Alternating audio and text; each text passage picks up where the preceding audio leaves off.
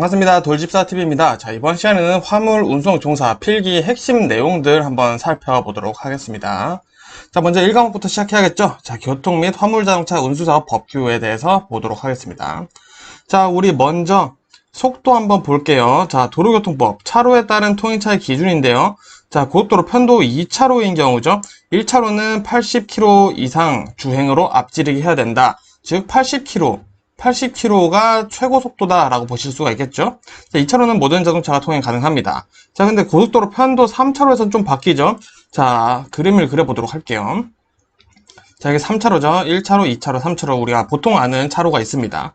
자, 그래서 1차로는 보통 우리 3차로에서 보시면은 편도 2차로와 동일합니다. 즉 무슨 말이냐? 1차로와 2차로는 이제 통행할 수 있는 자동차가 똑같다라는 거죠. 자, 근데 여기서 왼쪽 차로, 오른쪽 차로라는 단어가 나와요.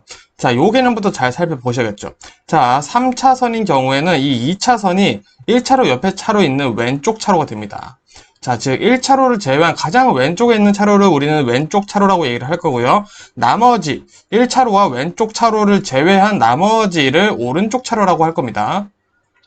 자, 3차로 이상이니까 4차로인 경우도 있겠죠. 자, 그럼 3차로, 4차로가 오른쪽 차로가 된다 보시면 될 것 같습니다. 자, 그러면은 왼쪽 차로는 1차로와 동일하죠. 그래서 승용차, 승합차가 다니고요. 오른쪽 차로부터는 덩치 큰 친구들이 다녀주셔야겠죠. 자, 화물자동차, 특수자동차, 건설기계, 대형 승합차들은 이제 오른쪽 차로로 다녀주셔야 된다 보시면 되겠고요. 자, 고속도로 외의 도로라고 하면은 이제 보통 우리가 국도나 일반 도로를 떠올려 주시면 되고요. 화물자동차, 특수자동차, 건설기계 등은 오른쪽으로 다녀주셔야겠죠. 자, 그러면 이제 또 1과목에 나오는 용어들 한번 보도록 하겠습니다. 자, 우리 주차라는 것은 운전자가 승객을 기다리거나 화물 싣기, 차의 고장, 이런 식으로 되어 있는데, 핵심이 뭐냐? 운전자가 차에 부재해서 운전할 수가 없는 상태를 우린 주차라고 얘기를 합니다. 자, 우리는 주차 혹은 정차가 있죠? 정차는 5분을 초과하지 않고 차를 정차시키는 거예요. 즉, 누군가의 요청이 있을 때 운전을 할 수 있는 상태가 바로 정차라고 보시면 되겠고요. 자, 앞지르기, 운전자가 앞서가는 다른 차의 옆을 지나서 가는 거죠. 자, 앞지르기 어디로 하죠? 왼쪽으로 하죠. 이거 알아두시고요. 자, 서행, 운전자가 차를 즉시 정지시킬 속도로 느린 속도로 가는 게 서행이고요. 고속도로는 자동차의 고속 운행에만 사용하기 위해 지정된 도로. 자, 횡단보도, 보행자가 도로를 횡단할 수 있도록 나와 있는 곳. 일시정지는 차 또는 노면 전차의 바퀴를 일시적으로 정지시키는 것이다. 자, 일시적으로 정지시키는 것이기 때문에 완전 정지랑은 다릅니다. 자, 완전 정지를 한다 함은 주차의 의미가 되겠죠. 주차의 뉘앙스를 가지고 있는 게 완전 정지라면 일시 정지는 우리가 언제든지 출발할 수 있는 정차의 느낌을 가지고 있다 보시면 되겠습니다.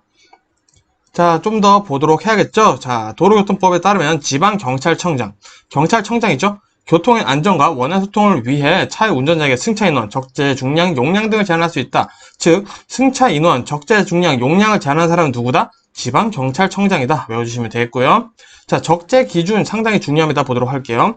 자, 화물자동차, 자동차, 이륜자동차 등의 적재 기준. 자, 화물이 아무래도 시험에 자주 나오겠죠? 그래서 화물을 보도록 하겠습니다. 우리는. 자, 먼저 길이는 자동차 길이의 10분의 1. 즉, 자동차가 10m라면 길이 적재는 11m까지 가능하다는 거죠. 자, 이륜차는 적재 길이 플러스 30cm고요. 너비는 백미러, 후사경으로 뒤를 확인할 수만 있으면 된다 되어 있고요. 높이는 화물자동차는 지상으로부터 4m 되어 있죠. 자, 대신 안전하다, 안전 적합 판정을 받은 경우에는 4.2m까지 가능하다 같이 외워두시면 되겠습니다. 자, 그리고 안전기준을 넘는 화물의 적재 허가를 받은 경우가 있겠죠. 자, 이런 경우는 너비 30, 길이 50 이상의 빨간 천으로 된 표식을 달아줘야 된다라는 기준이 있고요. 밤에는 반사가 되는 반사 표시가 되어 있는 것을 달아야 된다 보시면 되겠습니다. 자, 그럼 이제 최고 속도, 최저 속도 한번 알아볼게요. 자, 일반 도로에서 편도 1차로는 60이죠. 2차로 이상은 80입니다. 최저 속도는 없어요. 자, 중요한 건 고속도로죠. 자, 편도 1차로 80입니다. 최저 속도는 50, 다 동일하고요. 자, 편도 2차로 이상부터예요. 자, 고속도로 매시 100까지 가능합니다. 자, 근데 80까지 가능한 친구들 있죠? 적재 중량 1.5톤을 초과하는 화물자동차, 특수자동차, 위험물 운반자동차, 건설기계는 80까지 되어 있다 라고 보시면 되겠죠. 자, 그러면 우리 화물은 80이라고 보시면 되겠죠. 자, 근데 지정 고시한 노선, 구간의 고속도로가 있겠죠. 즉, 표지판으로 여기는 최고속도가 뭐 110까지 가능하다, 120까지 가능하다 라고 되어 있는데, 그래도 최고는 120 이내로 되어 있다는 거 보시면 되겠고요. 자, 우리 아까 나왔었던 2차로 이상 고속도로에서 내시 80에 해당했었던 친구들 있죠. 적재 중량 1.5톤 초과하는 화물자동차, 특수자동차, 위험물 운반 자동차, 건설기계는 90으로 제한되어 있다. 보시면 되겠습니다. 자, 그리고 자동차 전용도로에서는 최고속도 90, 최저 속도는 30이다. 보시면 되겠죠. 자, 그러면 제1종 대형 면허로 우리가 어떤 것들을 운전할 수 있는지 보겠습니다. 요게 시험에 나오기 때문에 봐야겠죠? 자, 먼저 승용자동차, 승합자동차, 화물자동차 되는데, 자, 우리가 헷갈리는 거는 이제 건설기계랑 특수자동차란 말이죠.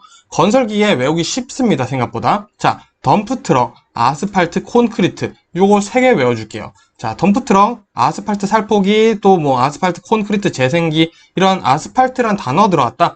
그럼 무조건 대형 1종으로 할 수 있다는 뜻이고요. 콘크리트도 마찬가지죠. 펌프, 뭐 믹서 트레일러 이런 단어가 들어가 있다. 콘크리트란 단어가 들어가 있다. 1종 대형면으로 운전할 수 있다라는 거죠. 자, 그리고 추가로 뭐 노상 안전기, 천공기, 그리고 도로 보수 트럭도 가능하다. 이렇게 외워주시면 될 것 같습니다. 자, 그러면 이제 비, 눈 등 악천 후식 감속 운행 기준 보겠습니다. 감속 운행은 두 가지인데요. 최고 속도 20% 감속과 최고 속도 50% 감속이 있습니다. 자, 20%는 비가 내려서 노면이 젖어 있는 경우, 눈이 20mm, 2cm죠? 2cm 미만 쌓인 경우는 최고 속도 20% 감속을 한다. 자, 그럼 최고 속도 50%는 폭우, 폭설, 안개 등으로 가시거리가 100m 있는 경우. 자, 핵심은 이거죠. 가시거리가 100m 이내라면 무조건 50% 감속을 해야 된다는 거고요. 자, 노면이 얼어 있거나 눈이 20mm, 2cm 이상 쌓인 경우는 최고 속도 50% 감속을 해야 된다. 자, 이게 무슨 말이냐? 최고 속도가 100km/h로 제한된 도로에서 폭설, 안개 때문에 가시거리가 100m인 거예요. 이럴 경우는 50% 감속해야 되죠. 자, 그러면은 몇 킬로를 줄여야 되나요? 자, 50km/h로 줄여야 되죠. 자, 이렇게 간단하게 계산할 수 있는 문제가 시험에도 나올 수 있다라고 보시면 되겠죠. 자, 그러면 다음엔 통행의 우선순위 보겠습니다. 자, 가장 최고는 긴급자동차죠. 자, 순서 볼게요. 긴급자동차. 긴급자동차를 제외한 일반 자동차. 자, 일반 자동차. 자, 그 다음에 이륜차. 자, 그 다음에 건설기계. 자, 이 순서로 간다. 건설기계. 자, 이 순서로 간다는 거 알아두시면 되겠고요. 자, 요게 가장 뭐 핵심이라고 보시면 되겠습니다. 자, 자동차 운전에 필요한 신체 기준 보도록 할게요. 시력이 시험에 제일 많이 나옵니다. 1종 운전면허와 2종 운전면허로 나눠지는데요. 1종 운전면허가 좀 더 빡셉니다. 자, 두 눈을 동시에 뜬 시력이 0.8. 자, 두 눈은 각각 0.5 이상 넘어야 된다. 꽈락은 0.5라는 거죠. 자, 다만 한쪽 눈을 보지 못하시는 분이라면, 자, 다른 쪽이 0.8 이상이고 수평 시야가 120도. 수평, 자, 이거 죄송합니다. 수직 시야인데, 자, 수직 시야가 20도 이상, 중심 시야는 20도 내에 암점 또는 반명이 없어야 된다라는 기준, 이 숫자들 잘 외워주시고요. 이종 운전면허는 간단해요. 두 눈 시력이 0.5 이상이면 되고요. 한쪽 눈을 못 보신다면은 다른 쪽이 0.6 이상이면 된다라는 거 외워두시면 되겠죠. 자, 이어서 간단하게 교통사고 벌점 기준 볼게요. 사망 1명당 90점, 중상은 15점, 정상은 5점, 부상은 1명당 2점이다. 라고 해서 요 점수, 벌점 점수 간단하게 외워주시면 되겠죠. 뭐 더 설명드릴 건 없네요. 자, 요번에 자동차 정비 보겠습니다. 자, 먼저 기본적으로 자동차의 운전자, 정비사는 정비되어 있지 않은 자동차를 운전이나 운전을 시켜서는 안 된다. 라는 내용이 시험 문제에 나오고 있고요. 자, 운송사업용 자동차, 화물차는 다음 사항에 해당해서는 안 된다. 자, 뭘 하면 안 된다는 거죠? 첫 번째, 승차 거부. 그리고 운행 기록계를 목적대로 사용하지 않는 경우, 운행 기록계 미설치나 고장으로 사용되지 않는 자동차 운행. 즉, 이 화물차나 운송사업용 자동차는 운행 기록계를 절대 마음대로 건들면 안 된다는 거죠. 그리고 승차 거부는 당연히 해서는 안 되겠죠. 자, 그 다음 보겠습니다. 교통안전표지의 종류 5가지 외워보겠습니다. 주규지 번호. 주규지 번호 외울게요. 자, 주규지 번호, 주규지 번호. 교통안전표지의 종류 5개보다 주규지 번호. 이렇게 해서 앞글자 따서 꼭 외워두세요. 자, 그리고 진로 양보 의무가 있는데 이거는 너무 당연한 얘기입니다. 자, 운전자는 뒤에서 따라오는 차보다 느린 속도로 가르는 경우 도로의 우측 가장자리를 피하여 진로를 양보한다. 자, 왜? 앞지르기는 어디로 하죠? 왼쪽으로 가죠? 그래서 뒤에 있는 차가 앞지르기 할 수 있게 오른쪽으로 양보를 하면은 뒤에 있는 차가 앞지르기를 왼쪽으로 할 수 있게끔 도와준다 라는 거고요. 통행 구분이 설치된 도로의 경우에는 그러지 않는다. 자, 도로의 목적이 정확하게 있는 상태라는 거죠. 자, 뭐 이런 내용들이 있는 거기 때문에 이것들은 뭐 간단히 우리 상식과 경험선으로 풀어주시면 되겠습니다. 자, 다음에 요거 좀 헷갈리는 거니까 잘 외워보도록 할게요. 자, 도로 서행장소, 비탈길의 고견마루, 바른 비탈길의 내리막, 도로가 굽은 부분, 커브죠? 자, 지방경찰청장이 안전표지로 지정한 곳 교차로. 자, 요거는 서행 장소입니다. 서행. 자, 그럼 앞지르기 금지 장소 있어요. 교차로나 터널. 자, 여기 교차로 서행이랑 똑같죠? 자, 도로의 구분 부분, 요것도 서행이랑 똑같죠? 비탈길의 고갯마루, 서행이랑 똑같죠? 가파른 비탈길의 내리막, 서행이랑 똑같죠? 지방경찰청장이 안전표지로 지정한 곳 마찬가지 서행이랑 똑같죠? 자, 그럼 앞지르기와 서행의 차이는 뭐다? 앞지르기는 터널에선 금지되어 있다. 터널에선 서행해서는 안 된다. 라고 보시면 될 것 같습니다. 서행 장소와 앞지르기 금지 장소는 뭐다? 터널의 차이다. 외워주시면 되겠죠? 자, 그리고 정차, 주차 금지구역, 요거 시험에 진짜 자주 나와요. 자, 먼저 보시면 교차로, 횡단보도, 건널목이나 보도차도 구분된 도로 보도. 당연히 안 되죠. 자, 근데 여기서부터 이제 숫자 나온 친구들 주목해 볼게요. 교차로 가장자리 또는 도로의 모퉁이로부터 몇 미터? 5m 이내에 주정차 금지되어 있고요. 안전지대가 설치된 도로에서는 그 지대부터 사방 10m 이내 주정차 금지. 버스 정류장은 10m 이내 주정차 금지입니다. 이거 과속딱지 은근 많이 찍히시니까 조심하시고요. 자, 건널목의 가장자리 또는 횡단보도로부터 몇 미터? 10m 이내다. 자, 그래서 횡단보도 있는지도 여러분들 잘 파악해 주셔야 돼요. 그래서 소방용수시설, 비상소화장치, 소방시설은 5m다. 자, 그래서 소방은 무조건 5m. 요거라도 꼭 외워두시고 시험 보러 가세요. 자, 이어서 우리 아까 1종 대형면허로 봤었는데 1종 보통이랑 2종 보통 간단하게 차이만 좀 보도록 할게요. 자, 1종 보통 같은 경우는 승차 정원 15인 이하인 승합차가 가능한데 2종 보통으로는 10인 이하의 승합차가 가능하다라는 거 일단 뭐 요거 정도 차이만 알아두시면 좋을 것 같아서 제가 이거는 굳이 넣어봤습니다. 자, 그리고 끝으로 운전면허 결격 사유 한번 보도록 할게요. 자, 음주운전 3회 이상 사고 시 면허 취소 3년간 운전면허 취소 금지고요. 운전면허 효력이 정지된 기간 운전하다 취소가 또 됐어요. 또 걸린 거죠. 그럼 1년 동안 운전면허 취득 정지고요. 자, 무면허 운전으로 사람을 살해한 후 발생 후 사고 조치 규정 위반 시 5년간 운전면허 받을 수 없고요. 자, 운전면허 효력 정지된 기간 동안 운전면허 당연히 받을 수 없죠. 자, 중요한 건 요겁니다. 면허 취소 벌점 및 누산 점수죠. 자, 1년 안에 121점이다. 2년 안에 201점이다. 3년 안에 271점 이상이다. 그럼 면허 취소된다. 라고 요 숫자 잘 외워주시면 좋을 것 같습니다. 자, 이렇게 해서 1과목은 첫 번째 영상 여기서 마무리하고요. 전 다음 1과목 영상으로 또 인사드리겠습니다. 고생 많으셨습니다. 반갑습니다. 돌집사TV입니다. 자, 이번 시간에도 1과목 이어서 보도록 하겠습니다. 이번 시간에는 내용이 조금 많아요. 자, 첫 번째, 교통사고 중 과속사고에 해당하는 경우다. 자, 이렇게 보시면 지금 내용이 굉장히 많죠.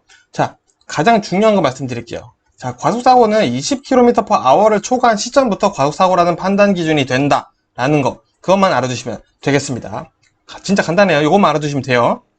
자, 그 다음에는 이제 도주사고인데요. 도주사고 왜 이렇게 많아요? 자, 근데 제가 뉘앙스를 잡아드리겠습니다. 여기에 9가지 공통점이 있습니다. 첫 번째, 후속조치.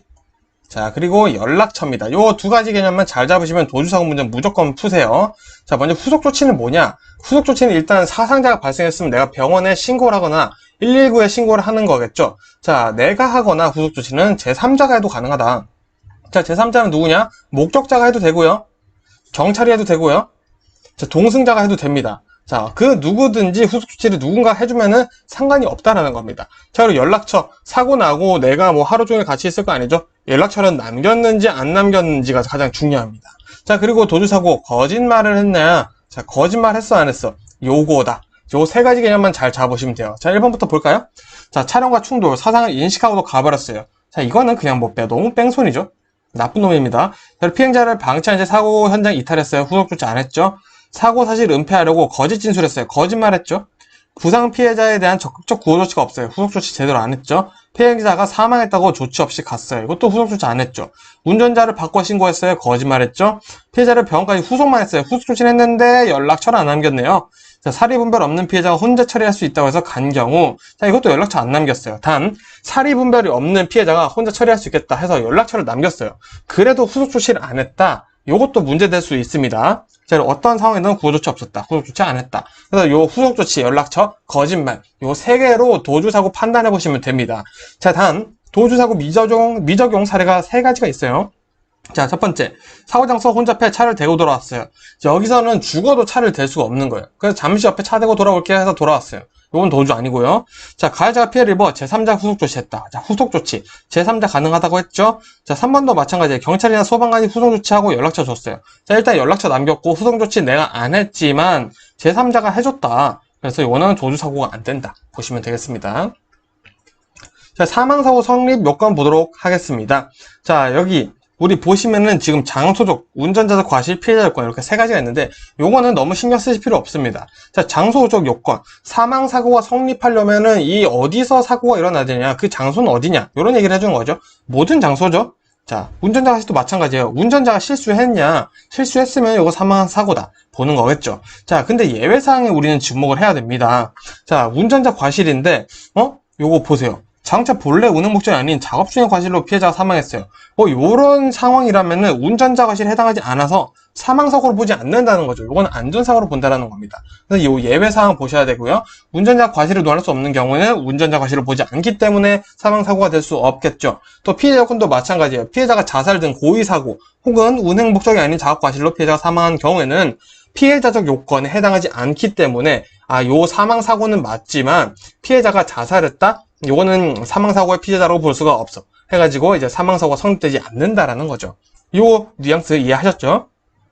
자, 신호지시 위반도 마찬가지예요. 신호지시 위반 하려면 어떻게 해야겠죠? 신호등이 있어야겠죠. 혹은 경찰관이 있는 곳에서 위반을 해야지 사고가 성립이 되겠죠. 생각해보면 되게 당연한 얘기입니다. 자, 근데 여기서는 좀 특이한 게 있어요. 피해자적 요건, 인적 피해를 입었어요. 근데 요거는 사고가 맞죠. 근데 내가 신호 위반해서 막 어디 건물을 들이받고 이런 거예요. 요거는 신호 위반 사고라고 볼 수 없다. 사람이 다쳐야 신호 지시 위반 사고고 대물 피해 물건만 다쳤다? 그러면 어쩔 수 없다. 요거는 신호 지시 위반 사고는 아니다라고 보는 거죠. 자, 또 운전자 과실 예외사항 볼까요? 불강력적인 과실, 부득이한 과실 이런 거죠. 만부득이한 게 어쩔 수 없었다는 뜻입니다. 자, 예를 들어서 내가 앞에 신호 대기하고 있는데 이렇게 빨간불이에요. 뒤에 차가 와서 나를 쳤어요. 튀어나가져 버렸죠. 자, 이거 신호 위반이다? 아니다. 요 내용을 하고 있는 거죠. 자, 중앙선 침범도 마찬가지예요. 자, 대물 피해만 입은 경우에는 피해자로 보지 않고요. 자, 신호 위반 차량에 충돌되어서 피해를 입었다. 이것도 마찬가지죠. 불가항력적이라는 얘기를 하고 있는 겁니다. 그래서 내가 불가항력적으로 내 의지가 아닌 상태에서 중앙선을 침범했다? 이거는 중앙선 침범 사고라고 보지 않는다. 라는 내용을 잘 잡아두시면 되겠죠? 자, 과속사고 아까 20km 말씀드렸죠. 더 볼 게 없어요.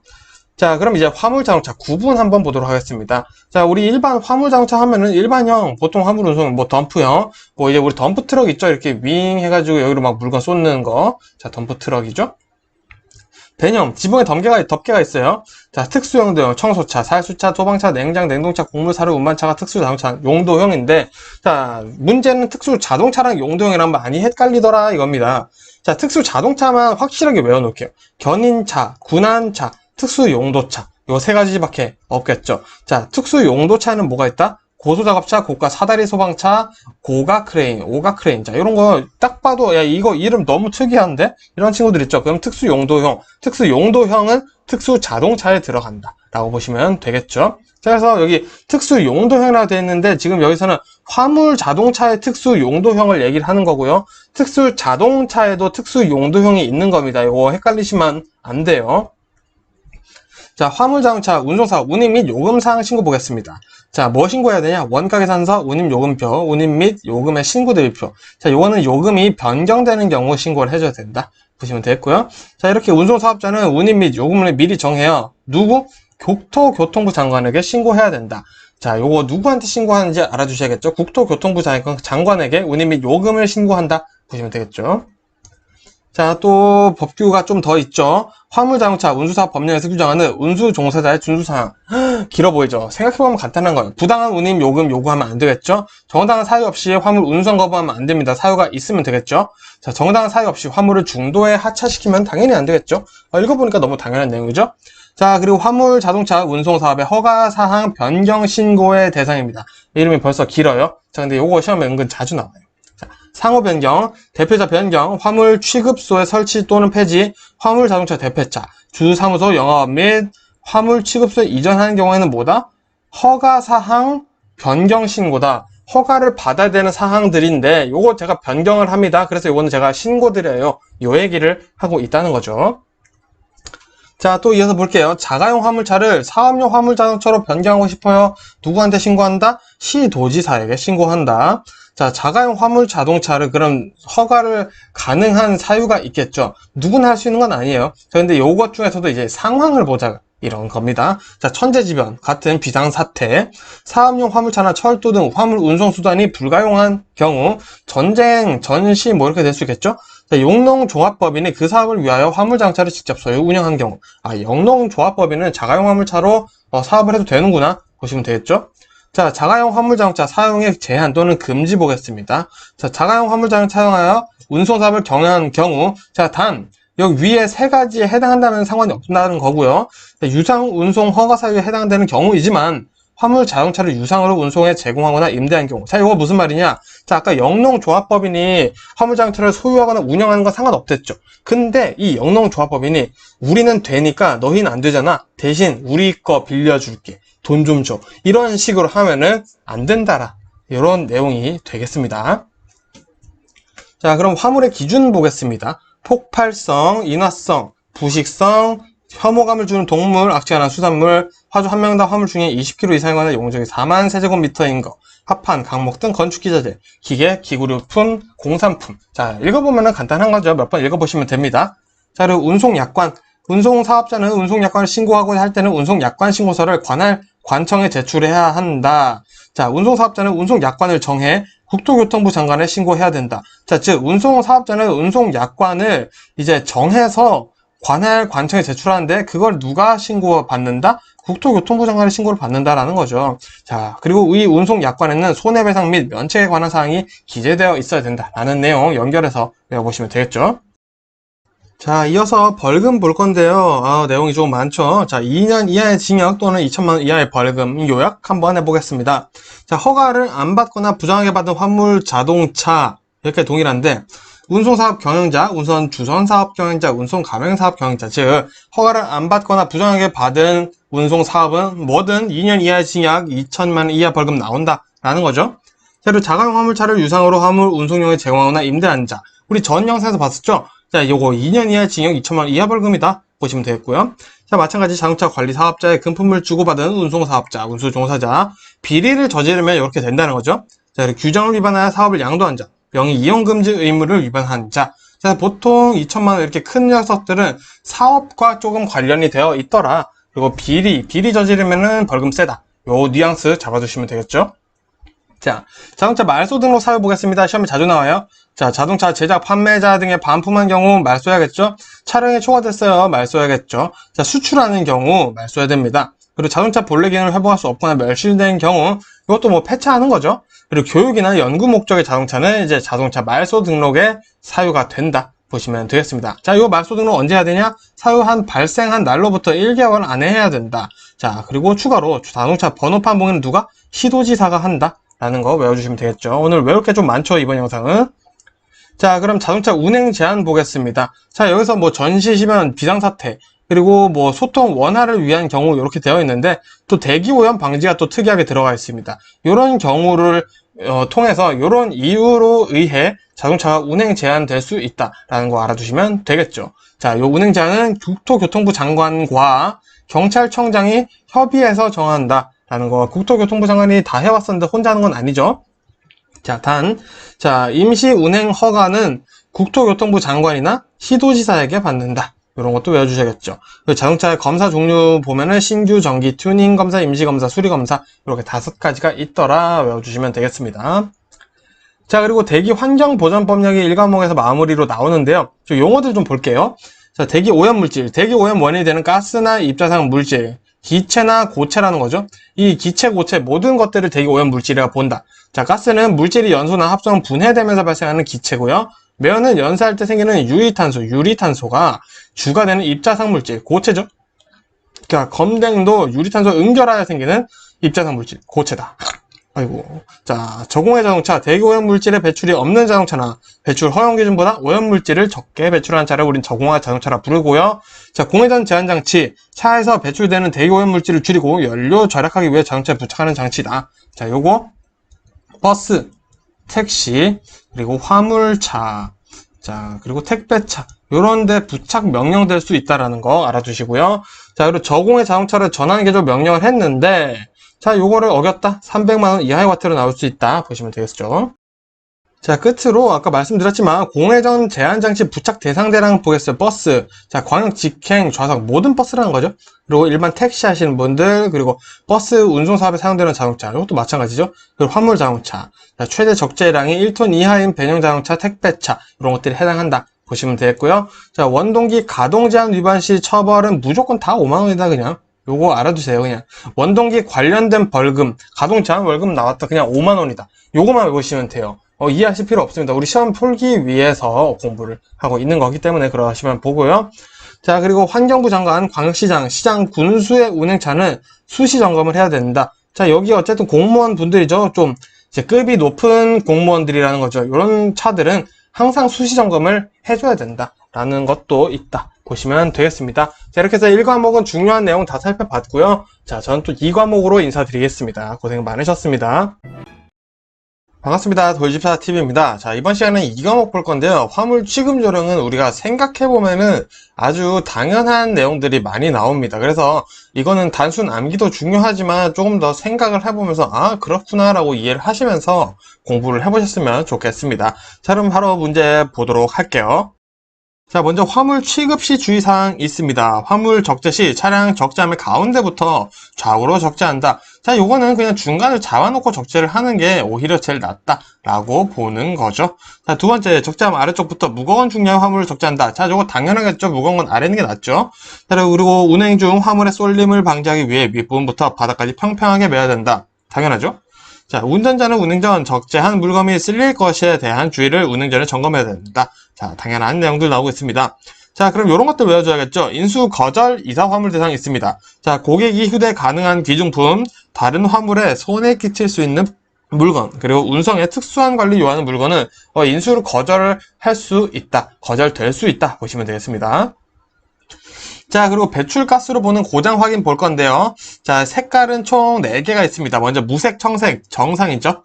자, 그리고 검은색으로 배출가스가 나오는 경우 그 이유까지 좀 알아두시는 게 좋은데요. 자, 먼저 불완전 연소가 되고 있는 겁니다. 그럼 왜? 초크 고장이 났거나 에어클리너, 엘리먼트가 막혀 있거나 연료 장치가 고장났을 경우에는 검은색으로 배출가스가 나오고 있습니다. 자, 그리고 백색, 흰색이죠. 다량의 엔진 오일이 실린더 위로 올라와서 연소를 하는 거예요. 자, 왜? 헤드 게스킷이 파손되었거나 밸브의 오일실이 노후되었거나 피스톨링이 마모된 경우, 자, 이런 경우에는 오일들이 새어나올 수 있겠죠. 그렇기 때문에 흰색으로 이제 실린더 위로 올라와서 연소가 가능해진다 보시면 되겠습니다. 자, 요 장치들 좀 보도록 하겠습니다. 먼저 현가 장치인데요. 완충 장치, 우리 전문용어로 쇼바라고도 하죠. 자, 주요 기능은 뭐냐? 자동차의 높이를 유지해주거나 노면의 충격 완화를 해주죠. 그리고 올바른 휠 얼라인먼트를 유지해주기 위해 현가 장치가 존재합니다. 휠 얼라인먼트는 조향 장치죠. 자, 그래서 연관성이 있다. 자, 그리고 차체 무게 지탱해주고 타이어 접지 상태를 유지해주고 주행 방향의 일부 정도 조정을 해준다. 자, 일부를 조정해주는 거지 뭐 조향장치의 기능을 가지고 있다라고는 아주 보기 어렵습니다. 자, 그럼 이 현가장치의 구성 스프링 4개만 외우도록 하겠습니다. 먼저 판 스프링, 우리 버스나 화물차에 사용하고요. 코일 스프링은 승용차에 많이 사용을 합니다. 구조가 복잡하다라는 거 알아두시고요. 토션바 스프링은 비틀어도 원위치해주는 스프링이에요. 그래서 이건 비틀림 스프링이라고도 얘기도 합니다. 공기 스프링, 작은 진동도 흡수할 수 있게 만들어져 있고요. 구조가 아주 복잡하고요. 그렇기 때문에 아주 비싼 스프링이다 보시면 되겠습니다. 이 스프링 4가지 외워주시고요. 조향장치 보도록 하겠습니다. 자, 우리 조향장치 자동차의 진행 방향을 바꿔주는 것이죠. 핸들부터 시작해서 피트먼 암 이렇게 들어와가지고 이제 앞차축에 연결이 되죠. 그래서 타이어에 명령을 내려주기 시작한다 보시면 되겠습니다. 자, 이 조향장치에서 가장 중요한 거, 시험에 정말 자주 나오는 거 바로 휠 얼라인먼트입니다. 캠버, 캐스터, 토인, 조향축, 혹은 킹핀 경사각해서 시험에 나올 수 있는 이 4명의 친구, 4명의 어벤져스다 라고 외워주시면 되겠고요. 자, 기본적으로 이 휠 얼라인먼트는 자동차 앞바퀴가 자동차를 지지하는 데 필요한 모든 요소, 그리고 그 요소, 우리가 자동차가 움직이고 방향을 바꾸는 데 필요한 모든 각도를 조절해주는 친구들이다 라고 보시면 되겠습니다. 자, 시험에 나오는 건 요거겠죠. 캠버와 조향축 경사각이 작용했을 때는 핸들 조작을 가볍게 해준다 라는 특징이 있고요. 캐스터와 조향축 경사각이 작용했을 때는 핸들의 복원성을 부여해준다. 자, 무슨 말이냐? 직진을 용이하게 해준다라는 뜻이고요. 자, 캐스터의 작용은 그럼 뭐냐? 핸들 조작의 안정성과 확실함을 부여해주는 것이 캐스터다. 그리고 토이는 뭐냐? 타이어의 마멸을 최소로 줄여주는 친구다라고 보시면 되겠습니다. 자, 근데 이 토인에 대해서 조금만 더 설명드리면 우리 자동차 앞바퀴만 보겠습니다. 저 앞바퀴의 앞부분 A, 뒷부분을 B라고 볼 건데요. 이 A 부분이 B 부분보다 더 좁은 관계를 우린 토인이라고 합니다. 자, 그럼 과장해서 본다면은 약간 이렇게 돼 있는 거죠.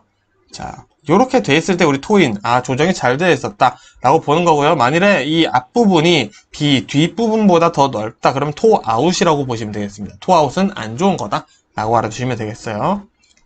자, 그럼 바로 제동장치 보도록 하겠습니다. 브레이크죠. 자, 우리 풋브레이크, 주차 브레이크, 감속 브레이크 있는데 시험에 제일 자주 나오는 감속 브레이크만 좀 알아보도록 하겠습니다. 자, 풋브레이크의 보조예요. 풋브레이크는 우리가 발로 밟는 말 그대로의 그 브레이크죠. 자, 근데 이 풋브레이크만 너무나도 사용을 하게 되면 우리는 화물차죠. 그러다 보면은 문제가 생기더라 이겁니다. 자, 왜? 베이퍼록이나 페이드 현상이 발생을 하더라 이건데, 자, 베이퍼록은 뭐냐? 브레이크 오일에 기포가 생겨서 브레이크가 잘 작동하지 않는 거예요. 자, 풋브레이크만 너무 쓰다 보니까 이제 열받죠. 뜨겁죠. 이게 마찰이 심해지다 보니까 이 브레이크 오일의 기포, 브레이크 오일이 끓어서 기포가 생기는 거예요. 그래서 잘 작용하지 않는 거죠. 자, 또 페이드가 일어날 수 있는데요. 자, 브레이크 라이닝과 브레이크 드럼, 이 라이닝과 드럼 자체의 변형이 오는 겁니다. 그래서 브레이크가 잘 안 드는 거죠. 그래서 이 풋브레이크를 너무 사용하다 보니까 베이퍼록이랑 페이드 현상이 일어나더라. 그래서 감속 브레이크를 좀 같이 사용해줘야 된다 라는 내용이 담겨져 있다는 거죠. 자, 그럼 이 감속 브레이크 장점 뭘까요? 자, 풋브레이크 사용해서 줄여 운전 안정성을 높이고 운전자의 피로를 줄여줍니다.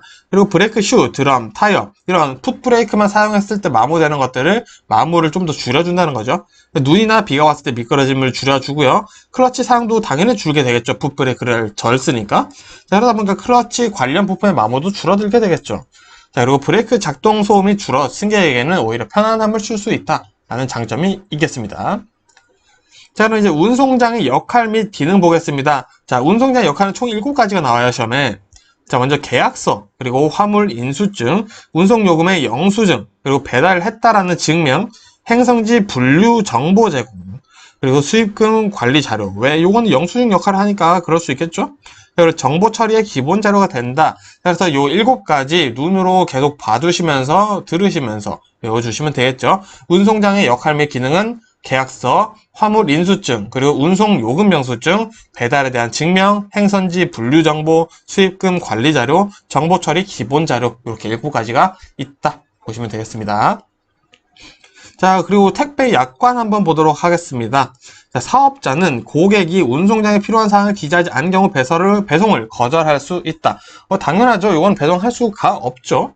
그리고 사업자는 운송장에 인도 예정일이 기재되어 있는 경우 그 기재된 날까지 운송 인도하여야 한다. 이것도 당연하죠. 자, 그리고 사업자는 운송물의 인도 시 수화인으로부터 인도 확인을 받아야 한다. 사업자는 천재지면 기타 불가항력적인 사유로 발생한 운송물의 멸실이나 훼손, 연착에 대해서는 손해배상을 지지 않는다 라고 되어 있다는 거 알아두시면 되겠습니다. 자, 운송장에 대해서 조금 더 알아보도록 하겠습니다. 운송장의 형태는 기본형, 보조형, 스티커형 요 3가지가 있고요. 외워두셔야겠죠? 운송장은 정중앙 상단에 부착한다 되어 있습니다. 그래서 운송장을 만일에 붙이기 어려운 경우도 있겠죠? 자, 그런 경우에는 운송물을 새로운 박스에 넣어서 배송을 해서 운송장을 붙인다라는 거죠. 그래서 막 이렇게 쭈글쭈글 했어요. 운송장 붙이기 힘들면은 이거를 박스 안에 넣어서 운송장을 붙인다. 요 내용을 하고 있습니다. 자, 그리고 우리 이사화물 배상 한번 볼게요. 사업자 책임, 누구 책임? 사업자 책임으로 지금 이사화물이 해제가 된 거예요. 그런 경우 어떻게 손해배상을 해야 되냐? 자, 인수일 이틀 전에 해제 통지했어요. 이틀 전 혹은 그 전에 해제를 했죠. 그럼 계약금의 2배를 주는 거죠. 자, 인수일 1일 전에 해제 통지했어요. 계약금 4배 받으셔야 됩니다. 자, 인수일 당일에도 해제 통지, 인수일 당일에 해제를 했다. 그럼 6배죠. 자, 근데 인수일 당일인데 연락도 없어요. 그러고 나서 다음날 갑자기, 저 못했습니다. 죄송합니다. 이래요. 그러면은 계약금 10배를 받으셔야 된다. 라는 거 보시면 되겠습니다. 자, 그리고 포장 합리화의 원칙 6가지 한번 외워보도록 할게요. 자, 사양 변경의 원칙, 집중화 및 집약화의 원칙, 재질 변경의 원칙, 시스템화 및 단위화, 규격화 및 표준화, 효준화, 대량화 및 대형화의 원칙이다. 자, 이게 뭐냐? 포장의 기능이라는 거죠. 그냥 쉽게 얘기해서. 포장의 기능에는 6가지가 있더라. 라고 보시면 되겠습니다.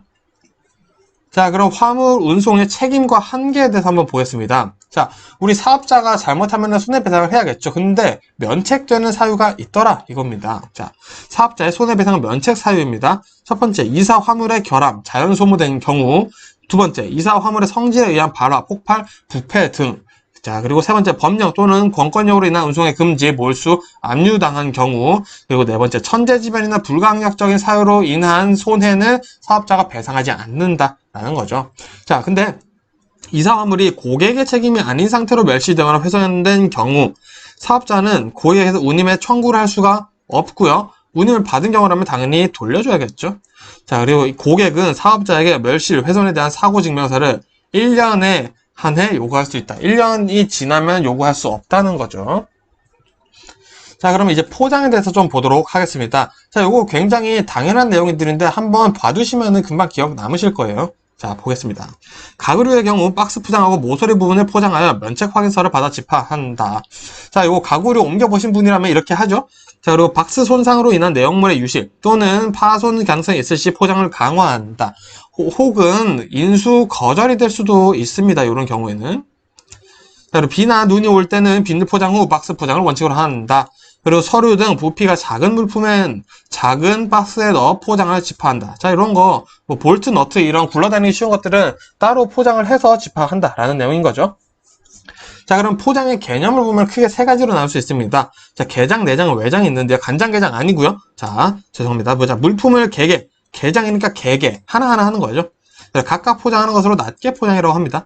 자, 내장, 안을 포장하는 거죠. 내부의 수준, 습기, 충격 등을 방지하기 위해 하는 내부 포장이고요. 자, 외장은 겉을 싸는 겁니다. 겉을 단단하게 싸는 거예요. 상자, 포대, 나무 등의 물품을 넣거나 결속한 상태 혹은 그런 외부 포장들을 모두 얘기를 하는 것을 외장이다 라고 하고 있습니다. 자, 이어서 화인 보겠습니다. 자, 화인이라는 뭐냐?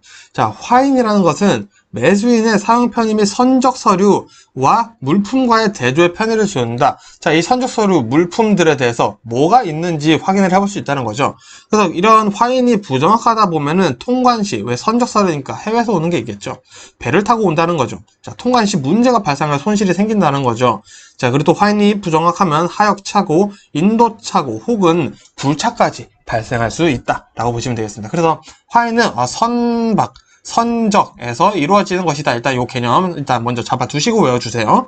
자, 이 화인에는 네 가지 표시가 들어갑니다. 먼저 주표시, 주표시는 회사의 상호가 들어가고요. 수량 표시는 자, 단일 포장이 아닌 포장 수량 가운데 몇 번째인지 표시다. 무슨 말이냐? 자, 총 우리가 10개가 들어있는데 자, 그 안에 박스를 들어보니까 여기가 2라고 써 있는 거예요. 그러면은 여기 안에 2개가 있다는 게 아니라 10개 중에 두 번째 상품입니다 라고 얘기를 하는 것이 이제 수량 표시의 개념이다. 화인넷의 수량 표시의 개념이다 보시면 되겠고요. 자, 주의 표시 말 그대로 주의 사항을 표시해 놓는 거겠죠. 자, 그리고 목적지 표시. 자, 시험에는 뭐가 나오냐? 당연히 독착지명이 써 있겠죠. 독착지명이 가장 크게 써 있고요. 경유지가 있을 수 있겠죠. 경유지가 있다면 작게 표시해 놓는다. 경유지가 크게 써 놓는다. 요건 틀린 내용이다 라고 보시면 되겠습니다. 자, 그리고 이제 박스 포장, 우리 외장을 할 때 골판지, 그리고 나무 상자 있는데 특징 한번 보고 마무리 하겠습니다. 자, 먼저 골판지는 대량 주문 처리하기가 용이하다고 되어 있어요. 자, 가볍고 체력이 작아 보관이 용이해 물류비가 절감된다. 왜? 우리 평소에 골판지 안 쓸 때는 접어놓을 수 있겠죠? 그리고 포장 작업이 용이하고 기계화 작업이 가능하다. 대량 생산품의 포장이 용이하다. 라는 장점이 골판지라면 나무 상자는 우리가 딱 봐도 단단하죠. 자, 재료 확보가 용이하고 조립이 쉽다. 자, 솔직히 골판지가 좀 더 쉬운 편인데 나무 상자는 이제 그 단단한 보관에 비해서 조립이 쉽다. 뭐 철제 이런 것들 비해서 조립이 쉽다. 라는 얘기를 하고 있는 거고요. 재활용하기에 좋다. 야, 나무 상자는 재활용 많이 하죠. 그리고 강도 있는 보호성으로 기중품, 중량물 등을 적재하기에는 역시 나무 상자만한 게 없더라 라는 얘기를 하고 있다는 겁니다. 자, 그래서 이 과목은 일단 첫 번째 영상 저희 여기서 마무리하고요. 두 번째 영상으로 또 인사드리도록 하겠습니다. 고생 많으셨습니다. 돌집사 TV입니다. 자, 이어서 이 과목 영상 계속 보도록 하겠습니다. 자, 빈출 차량, 먼저 시험에 자주 나오는 빈출 차량 네 가지만 좀 보고 넘어갈게요. 자, 먼저 카고 트럭입니다. 우리 뭐 배틀그라운드라는 게임에도 자주 나오죠. 이제 하대에 간단히 접을 수 있는 문짝을 단 차량이다 보시면 되겠습니다. 트럭에 이렇게 간단히 이렇게 접을 수 있는 옆부분이 이제 이렇게 있으면 옆부분이 다 접히는 거죠. 여기 테두리들이. 자, 그림 좀 못 그리네요. 자, 전용 특장차. 적재함을 특수한 화물에 적합하도록 구조를 갖추거나 특수한 화물 작업이 가능하도록 기계장치를 부착한 차량이다.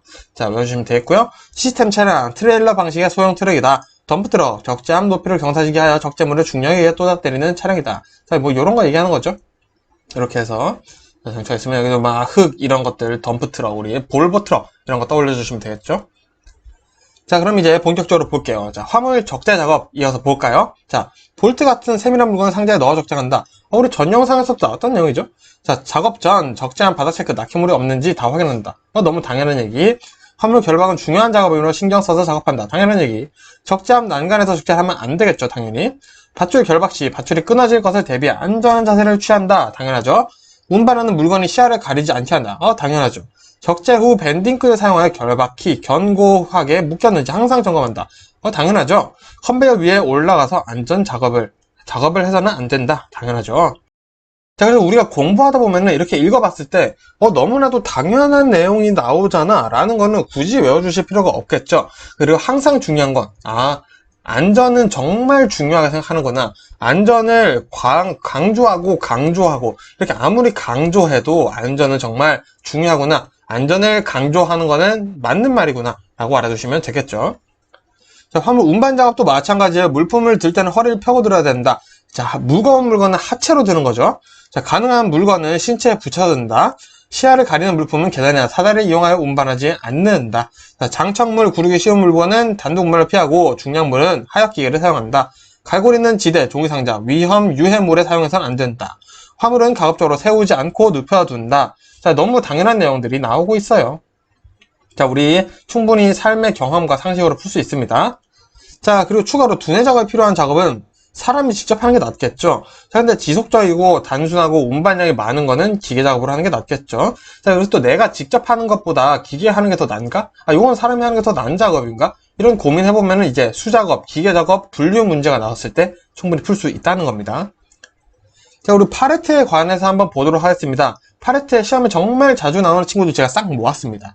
자, 볼게요. 자, 파레트 이렇게 우리가 물건을 쌓을 때 밑에 뭘 깔고 이렇게 위에 물건을 쌓죠? 자, 그게 밑에 까는 게 파레트죠, 우리. 자, 파레트 틈이 있을 수 있겠죠. 자, 파레트 틈바구니는 여러 두께의 발포 스티판을 이용하여 없앤다. 자, 근데 시험 문제는 동일한 두께의 발포 스티판 뭐 이런 식으로 나와요. 근데 여러 두께의 발포 스티판을 이용해서 틈을 없앤다는 거 꼭 중요하고요. 또 틈은 에어백을 사용해서 없앨 수도 있어요. 파레트의 틈은 그럼 에어백이랑 여러 두께의 발포 스티판을 이용해서 없앨 수 있구나 알 수 있겠죠. 그리고 파레트가 얽히지 않게 합판을 쓴다. 합판은 파레트가 얽히지 않게 사용하는구나. 요 세 개 꼭 잘 외워주시고요. 자, 이 파레트 이제 방식, 파레트 적재 방식 보도록 할게요. 밴드 걸기 방식입니다. 말 그대로 밴드를 거는 거예요. 파레트 위에 쌓여있는 물건에. 자, 요거는 파레트가 붕괴 방지되는 것을 위해서 사용되고 있고요. 주연 어프 방식은 파레트의 가장자리를 높게 해서 화물이 안쪽으로 쏠리게 하는 거예요. 자, 이렇게 파레트가 있으면 물건들이 이렇게 있죠. 자, 이 바깥쪽에 있는 물건들을 다 안쪽으로 쏠리게 하면은 가운데 있는 친구가 하중은 받겠지만 자, 좀 더 안전할 수 있다 보였죠. 좌우로 차가 흔들리더라도 안전하게 쌓여있을 수 있다. 이게 주연 어프 방식이고요. 자, 풀 붙이기 접착 방식. 파레트에 말 그대로 물건을 붙이는 거예요. 근데 안전하겠죠. 단점이 있어요. 요거 뗄 때 조심해야겠죠, 당연히. 자, 슈링크 방식은 열 수축식 플라스틱 필름을 씌워서 슈링크 터널을 통과시켜서 열을 가해 파레트와 밀착시킨다. 무슨 말이냐? 자, 터널이 있어요. 자, 이렇게 있습니다. 자, 이게 파레트와 물건이 이렇게 지나가면은 여기 필름이 씌워져 있는데 여기 뜨거운 열을 쏴주는 이제 터널을 지나가서 이 씌워놨던 필름이 꽉 잡아주는 거죠. 파레트와 적재물을 꽉 잡아줘서 고정을 시켜주는 게 슈링크 방식이다. 보시면 되겠습니다. 자, 컨테이너에 관한 문제들을 좀 볼까요? 자, 이 컨테이너 적재를 할 때 확인해야 되는 것들이죠. 자, 손해 여부, 그리고 봉이 번호를 체크하고 배착에 통보한다. 이상 있다 없다 통보해주는 거죠. 그리고 상착 후에는 도착 장소와 도착 시간을 체크한다. 자, 이 체크한다라는 게 상당히 중요해요. 자, 상차 전에 이 도착 장소와 도착 시간을 먼저 배차기한테 통보를 받습니다. 자, 그리고 상차 다 했어요. 그리고 한 번 더 체크한다. 두 번째 확인한다라는 내용이죠. 두 번째. 이 체크라는 것은 두 번째 확인한다라는 겁니다. 상차 전에도 확인하고 상차 후에도 확인한다는 거죠. 상차 전에는 배차 지지를 받는 게 중요하고요. 자, 상차 전에 상차지와 도착 시간, 도착 장소 통보를 받겠죠. 그래서 상차 후에 체크를 하는 거겠죠. 상차 전에 배차계로부터 컨테이너 중량도 같이 통보를 받는다. 알아두시면 되겠습니다. 자, 그리고 이 컨테이너 운송을 보시면은 대단히 투자가 있어야 돼요. 자, 무슨 말이냐? 아, 돈이 많이 든다는 거예요. 돈. 자, 굉장히 고도라는 거죠. 그래서 고도의 전문 지식과 기술이 있어야 되고요. 컨테이너 하역 시설이 있는 항구만 당연히 입항해야겠죠. 아니면 물건 내릴 수가 없겠죠. 자, 이어서 컨테이너 용어 및 운송 방법 보겠습니다. 자, 피기백. 우리 피그 하면 돼지잖아요. 서부 영화 보다 보면은 이 돼지, 소 이런 가축들을 열차로 옮기는 걸 볼 수가 있습니다. 자, 그래서 컨테이너를 열차에 적재하는 방법이에요. 물론 피기백이랑 스펠은 다른데 이렇게 외우라고 말씀드리는 거고요. 자, 버디. 우리 옛날에 버디라는 메신저가 있었죠. 근데 날개가 달렸어요. 버디는 날아간다. 약간 날아가는 느낌인 거죠. 그래서 컨테이너, 항공, 비행기, 날아가는 항공에 적재하는 운송 방법이다. 피시백. 우리 피시 물고기죠. 자, 그래서 선박에 적재하는 물고기를 잡으려면 배 타고 나가야 되죠. 자, 물론 그 피시와 물고기 피시 스펠은 다릅니다. 자, 그리고 나오는 게 이제 행어 컨테이너, 뭐 이런 행어, 행잉이 달려있다, 달려있는 것이라는 뜻이에요. 그래서 일반 건어물 이런 것들, 천장에 매달 수 있는 것들 행어 컨테이너라 한다. 그리고 플랫폼 컨테이너, 중량물이나 부피 큰 화물을 운송할 때 쓰고요. 천장 개방형 트라이 컨테이너, 자, 오픈탑이라고도 나올 수 있어요. 자, 컨테이너 일정으로 지붕이나 벽 등이 개방되어 있는 컨테이너다. 그래서 솔리드 벌크 컨테이너. 자, 벌크라는 게 포장을 하지 않았다는 뜻이죠. 그래서 우리 몰드, 소맥분, 사료, 흙, 뭐 이런 것들을 운송할 때 쓰는 컨테이너가 솔리드 벌크 컨테이너다. 보시면 되겠습니다. 자, 그리고 화물 인수 방법 보도록 하겠습니다. 이것도 사실은 당연한데 중요한 내용들만 볼게요. 자, 포장 및 운송장 기재 요령을 숙지하고 인수한다. 인수 지파 예약은 접수되는 기자에 누락해서는 안 된다. 지파 자제 품목 및 금지 품목은 그 취지를 알리고 정중히 거절한다. 인수 거절을 할 수 있다는 거죠. 그리고 제주도 및 도서 상간지역인 경우 운임의 변경을 수화인에게 알려주고 동의를 구한 뒤 인수한다. 자, 도서 상간지역, 제주도는 운임비가 더 붙죠. 요거를 꼭 말해주고 인수를 하라는 겁니다. 그리고 화물 인수증에 관한 시험 문제들이 좀 나와요. 자, 이 화물 인수증은 수령원이 누구인지 꼭 자필로 받아야 한다. 자필로 받아야 한다는 거 꼭 알아두시고요. 자, 같은 장소에 여러 화물이 배송될 수도 있겠죠. 그런 경우는 인수증에 실제 수령을 기재해줘야 되고요. 자, 근데 수령인과 수화인이 다른 거예요. 막상 물건을 보내러 갔더니 그런 경우, 수화인과 어떤 관계인지, 연락처는 몇인지 이런 거를 꼭 잘 해놔야지 분실사고가 일어나지 않는다는 겁니다. 자, 그럼 트레일러에 대해서 한번 또 보도록 하겠습니다. 자, 트레일러는 우리 앞에 이렇게 트럭이 화물차가 있으면 이 뒷부분을 트레일러라고 하는 거예요. 자, 앞부분을 우리는 트랙터라고 얘기를 합니다. 즉, 트랙터가 트레일러를 끌고 가는 거죠. 동력이 없고 모터 비클에 의해 견인되고 사람, 물품을 수송하는 목적으로 설계되어 도로를 주행하는 것을 트레일러라고 한다. 보시면 됐고요. 먼저 폴 트레일러에 대해서 하나 말씀드릴게요. 자, 파이프나 H형강 이런 장척물들 있죠. 그런 거를 수송할 때는 뭐다? 폴 트레일러를 사용한다. 자, 근데 풀 트레일러라고 또 있어요. 자, 풀 트레일러다라고 또 있습니다. 폴 트레일러와 풀 트레일러는 엄연히 아주 다른 친구들입니다. 그래서 이거 꼭 알아두시고요. 우리는 폴 트레일러를 외울게요. 왜? 폴 트레일러를 내가 확실히 알고 있으면은 풀 트레일러에 대한 설명이 나왔을 때, 이거는 폴 트레일러가 아닌데? 라고 역으로 생각해서 풀 수 있기 때문에 두 개 다 외우는 것은 오히려 귀찮은 짓이다. 라고 말씀드리는 거죠.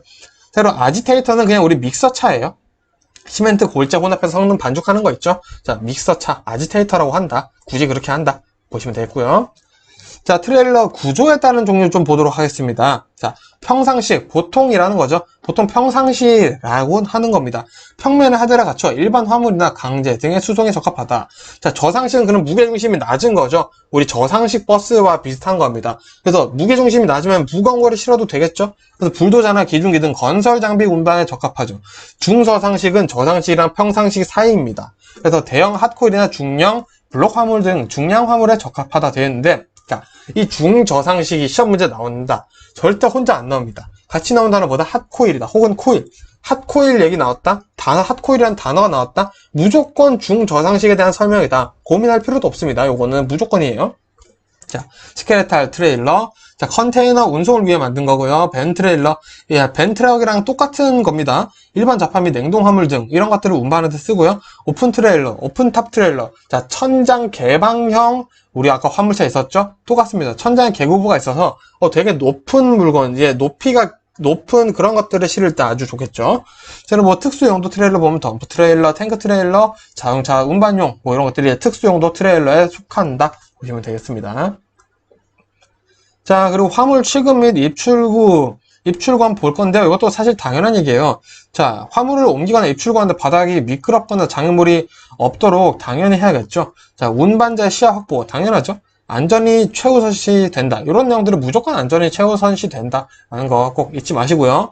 자, 위험물, 독극물, 주유 취급 관련 당연히 조심해야겠죠. 자, 누수는 이런 것들은 회수 조치하고요. 주변 정리 후 취급을 하고요. 방호 수단을 구비하고 안전 조치에 각별히 신경 써야 된다라는 거 되어 있습니다. 자, 그래서 여기 요렇게 한번 제가 얘기를 해볼게요. 자, 독극물 운반을 해요. 자, 첫 번째, 자, 항상 안전 대비를 한다. 자, 두 번째, 항상 안전 조치를 한다. 자, 이 두 가지 중 뭐가 더 맞는 말일까요?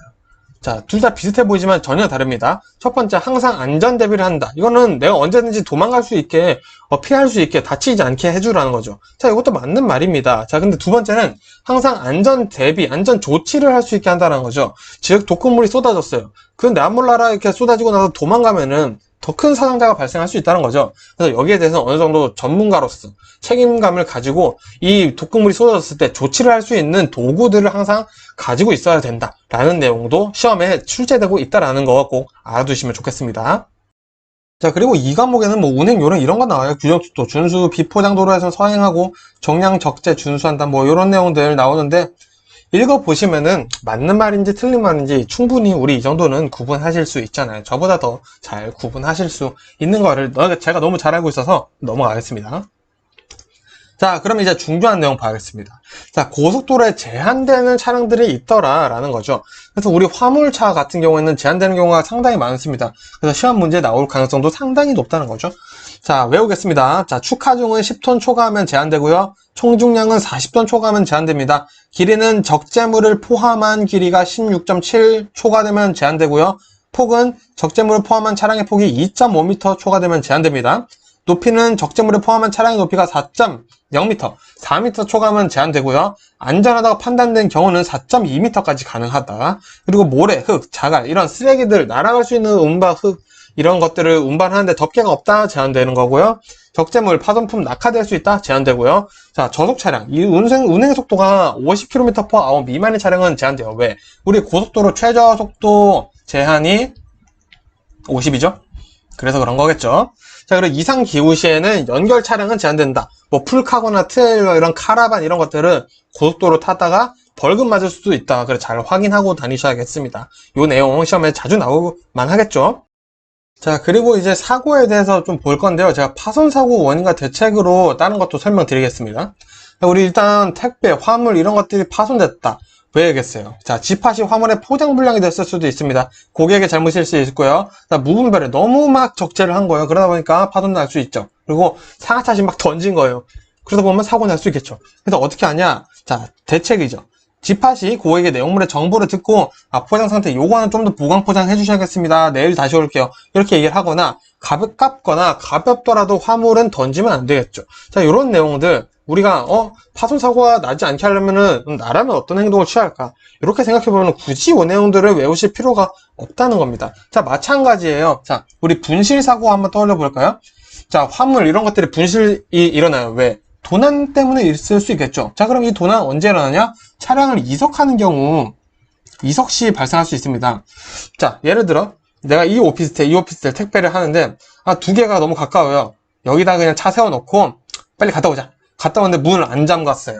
자, 이럴 때 분실 사고 일어날 수 있겠죠. 또, 자, 분명히 나는 수화인한테 줬는데 알고 봤더니 수령인이랑 수화인이랑 달랐던 거예요. 막상 나는 수화인에게 줬는데 못 받았다고 막 그러는 거예요. 알고 봤더니 엄한 사람한테 줬던 거죠. 이런 것도 분실 사고가 될 수가 있다는 겁니다. 자, 또 오손 사고 있어요. 오손 사고 더러워지는 거죠. 왜? 택배, 고객이 김치를 포장을 했는데 다 터졌어요. 그럼 옆에 다 더러워지는 거죠. 또 한약 약재류, 한약 재료 이런 것들 이런 것들이 포장이 불량해서 터져버리면 주변이 다 더러질 수 있겠죠. 자, 대체 어떻게 하냐? 보강 포장이 거의 답이라고 볼 수 있겠습니다. 그래서 우리 이런 문제들이 나왔을 때는 나라면 어떻게 할까? 한번 상식선으로 생각해보자. 내 경험 중으로 바탕으로 고민해보자. 이런 식으로 문제를 풀 수 있는 게 정말 화물에는 상당히 많이 나오니까 내가 외우지 못했던 거라도 찍지 마시고 시간 충분히 있으니까 문제 꼭 잘 읽어보시면 풀 수 있습니다. 자, 끝으로 그럼 이제 운송물의 수탁 거절 가능 사유 보고 이 과목 마무리할게요. 자, 먼저 택배사마다 다른 기준이 있는 두 가지가 있습니다. 자, 포장의 가로, 세로, 높이의 합이 각 회사 기준을 초과하는 경우. 자, 이거 회사마다 다릅니다. 무게가 각 회사의 기준을 초과하는 경우. 이것도 회사마다 다르고요. 자, 공통사항 볼까요? 가액이 300만 원 초과하는 경우 밀수품, 군수품, 부정품. 당연히 안 되죠. 자, 현금, 카드, 수표, 증권 등 현금화가 가능한 물건인 경우 안 된다. 그리고 미풍양속 반하는 경우 안 되고요. 인화물질이나 위험한 물건은 안 되겠죠. 그리고 동물 당연히 안 되죠. 시체 이런 것도 당연히 안 됩니다. 자, 고객이 운송량에 필요한 내용을 기재하신 경우 요거는 못하는 거죠. 자, 어디로 보내 이런 거 안 썼으면 못하는 거죠. 자, 운송에 적합한 포장이 안 되는 경우 고객에게 요청을 하는 겁니다. 이거는 우리가 해주는 게 아니에요. 고객이 해주셔야 됩니다. 그리고 고객이 운송물 확인을 거절하거나 운송물과 다른 내용으로 운송장을 기재한 걸 내가 알았어요. 그러면은 이거는 보낼 수 없습니다. 거짓말 하시면 못 보내요. 라고 고객에게 얘기를 해줘야 됩니다. 즉, 고객이 잘못했으면은 이거는 우리가 해주는 건 아니에요. 고객이 뭔가 실수를 했으면 이거는 우리가 어떻게 해주면은 그 수많은 사람도 어떻게 다 합니까? 그죠? 그럼 포장업체를 하죠. 그죠? 자, 어쨌든. 자, 여기서 수탁 거절될 수 있는 사유들이 이렇게 있는데 천천히 읽어보니까 이거 굳이 안 외워도 맞는 말이네. 라고 생각하고 넘어가 볼 수가 있다는 거죠. 자, 이렇게 해서 어쨌든 2과목 마무리 해보고요. 저는 또 3과목으로 인사드리겠습니다. 고생 많으셨습니다.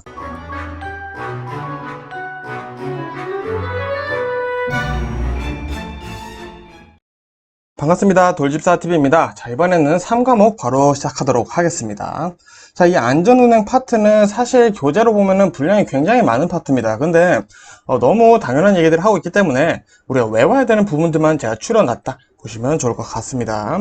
자, 먼저 나오는 게 교통사고 3대 요인입니다. 우리 인지적 요인, 사람에 의한 사고인 거죠. 그래서 운전자의 신체적 요건에 따른다고 되어 있습니다. 컨디션, 심리, 습관, 태도, 성격, 생리적 요건 모두가 이 인지적 요인에 해당한다 보시면 되겠고요. 자, 그리고 두 번째 교통사고 요소가 차량 요인입니다. 이제 차량의 상태, 컨디션이 되겠죠. 차량의 장치, 이런 조향장치나 이런 쇼바 이런 부분에서 문제가 있지는 않은지, 그리고 적재물 이런 것들에 해당하는 것이 차량 요인이다 보시면 되겠고요. 자, 세 번째는 도로 환경 요인, 요게 같이 묶여 있습니다. 자, 도로 요인은 말 그대로 도로의 상태, 도로의 컨디션이 되겠죠. 차선의 수나 도로의 노면 상태, 폭 이런 것들이 되겠고요. 환경 요인은 또 세 가지, 여러 가지, 네 가지로 나뉩니다. 자, 자연 환경, 우리 날씨는 어떠한가? 교통 환경, 오늘 교통 차가 굉장히 얼마나 많은가? 사회 환경, 시민의 교통 의식, 이런 거 예를 들어서 갑자기 뛰어드는 사람이 있을 수도 있겠죠. 자, 그리고 구조 환경, 이제 고통 여건의 변화나 운전자들의 사고, 사건 이런 것들이 생겼을 때 우리가 환경 요인, 이런 환경 때문에 사고가 날 수도 있겠구나 보시면 좋을 것 같습니다. 자, 그리고 운전에 영향을 미치는 요인, 자, 인적인 요소라고 볼 수 있겠죠. 자, 먼저 심체, 생리적 요인입니다. 쉽게 말해서 내가 너무 피곤하면은 사고 확률이 높아지겠죠. 그리고 내가 정말 화장실에 가고 싶은 상태라 마음이 급해져서 올바른 판단을 못할 수도 있다는 겁니다. 자, 그리고 심리적 요인, 내가 아침에 싸우고 출근을 하는데 기분이 안 좋은 일이 있었어요. 자, 그런 것들이 이제 운전에 영향을 미칠 수 있겠다 보시면 되겠고요. 자, 우리 또 운전에 영향을 미치는 시각 특성이 있는데요. 요거는 우리 전 영상에서 살펴봤었죠. 자, 일종 운전면허는 눈을 동시에 뜬 시력이 몇? 0.8 이상이고 각각 0.5 이상은 되어야 된다. 그리고 한쪽 눈을 보지 못하신다면은 다른 쪽이 0.8 이상이고 그 눈이 수평 시각은 120도, 수직 시각은 20도, 그리고 중심 시야는 20도 내에 암점 또는 반맹이 없어야 된다. 여기 숫자 외워주셔야 된다고 말씀드렸었죠. 자, 이종 면허는 조금 낮죠? 두 눈을 동시에 뜨는 시력이 0.5 이상이면 되고요. 다른 한쪽은 0.6이면 된다. 자, 그리고 정록생명이면은 운전할 수가 없겠죠. 자, 그리고 추가로 알아두실 게 속도는 시야에 반비례합니다. 자, 이게 무슨 말이냐? 속도가 빨라지면 빨라질수록 시야는 흐려지고 안 좋아진다. 라고 보시면 되겠죠. 자, 그러면 이제 교통사고에 우리 아까 3대 요인을 봤었는데 조금 더 구체적으로 봤을 때 또 세 가지로 나뉘어집니다. 자, 먼저 간접적, 중간적, 직접적 요인 이렇게 세 가지가 나눠지는데요. 간접적 요인은 말 그대로 교통사고를 용이하게 하는 겁니다. 그래서 이 교통사고를 직접적으로 일으키는 것은 아니라고 볼 수 있어요. 그래서 뭐 차량 운전 전 점검 습관이 없거나 무리한 운행 시간 계획, 안전 지식, 사고에 대한 무개념 등이 이제 간접적 요인이 되겠고요. 자, 이 간접적 요인이 영향을 주는 거죠. 자, 어디에 영향을 주냐? 중간적 요인에 영향을 줄 수 있다는 겁니다. 아, 내가 오늘 기분이 좀 안 좋아. 이런 것들이 이제 운전자의 지능, 성격, 심리에 따라서 또 사고를 유발할 수 있게 되는 거고요. 불량한 운전 태도나 습관 이런 것도 마찬가지 본인의 성격에서 나올 수 있겠죠. 그리고 음주, 과로, 핸드폰 이거는 뭐 그냥 황천길로 가는 지름길이죠.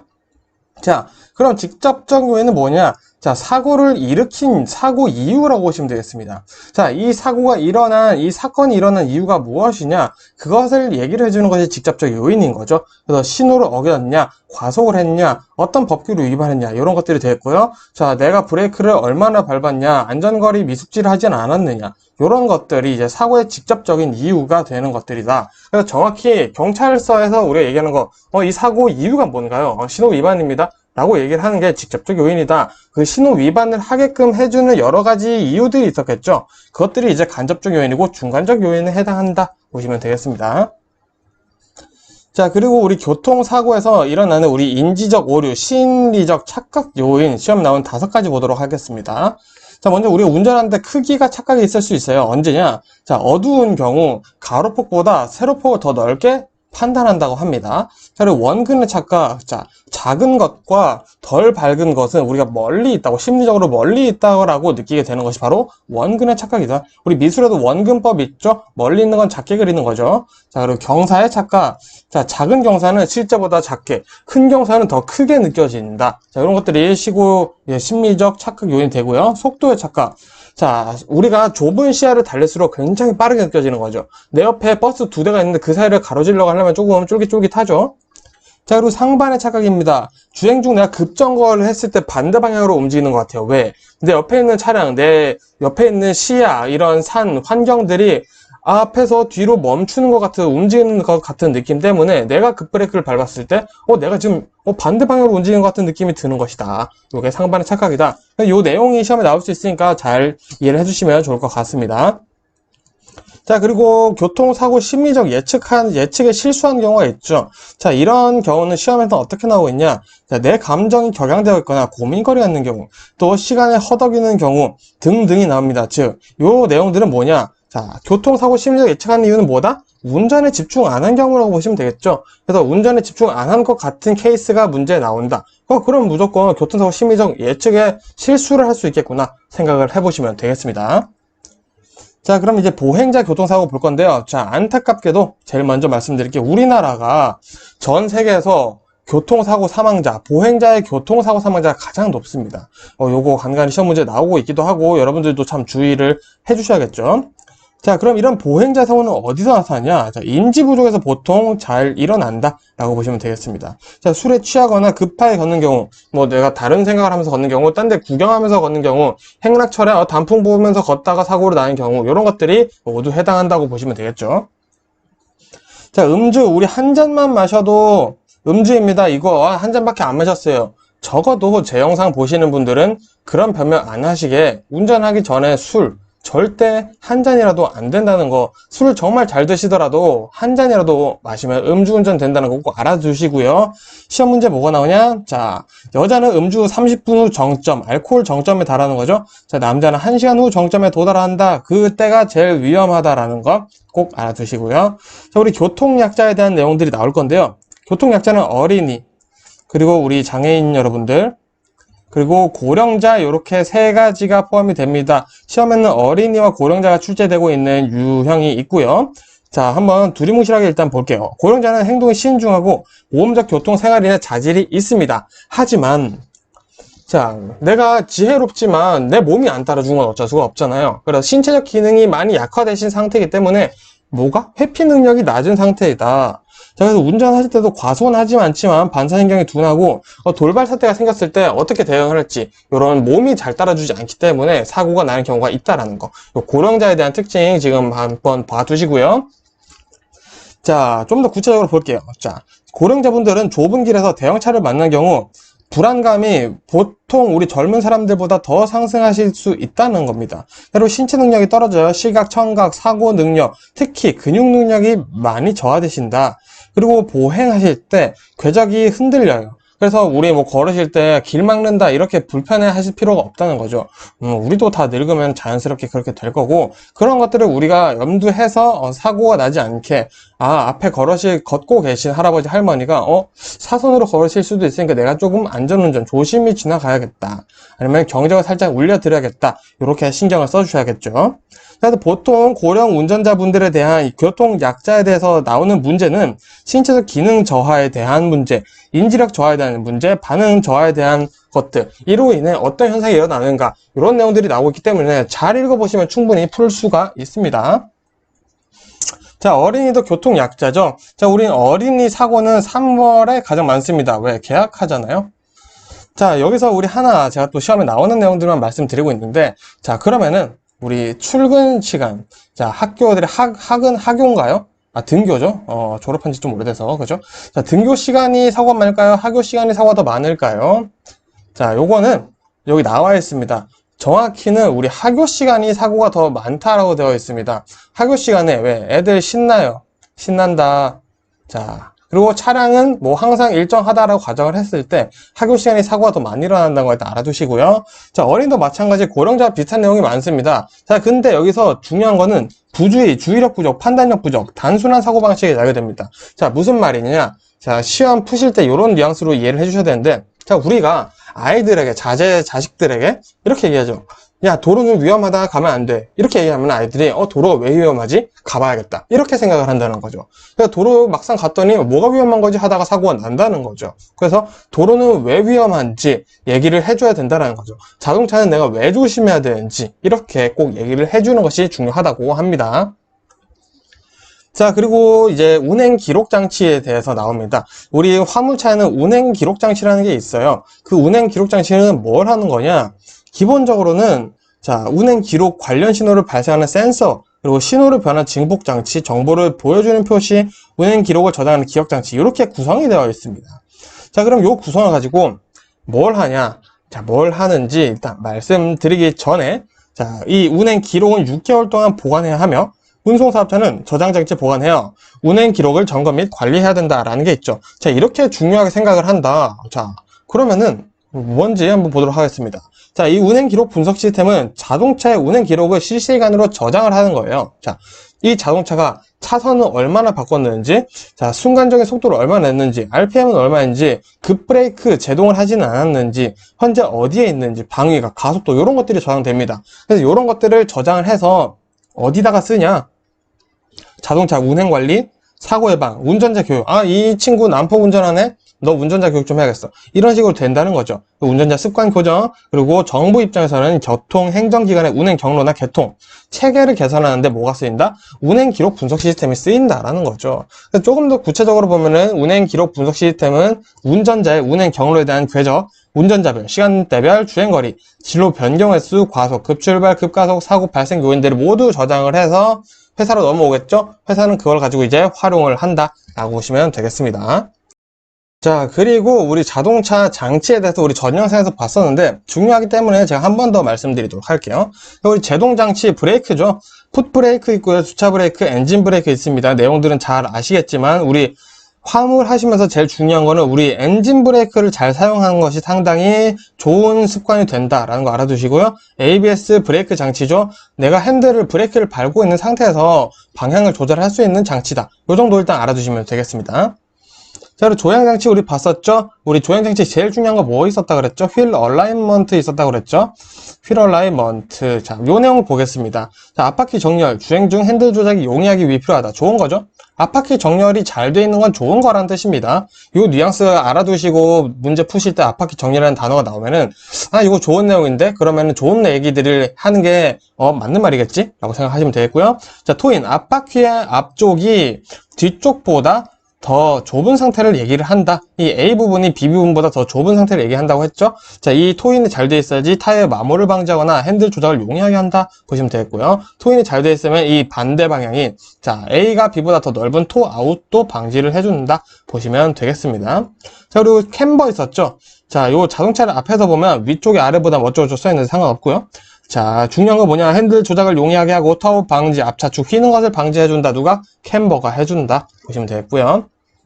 캐스터 있었죠. 자, 앞바퀴에 직진성을 부여해서 차의 롤링을 방지한다. 자, 무슨 말이냐? 핸들의 복원성을 돕는 역할을 한다는 거예요. 자, 그래서 우리가 코너 돌고 핸들 놓으면 다시 풀리는 현상이 어떻게 보면은 캐스터의 역할이다. 그 역할 중에 하나다. 라고 이렇게 봐주시면 좋을 것 같습니다.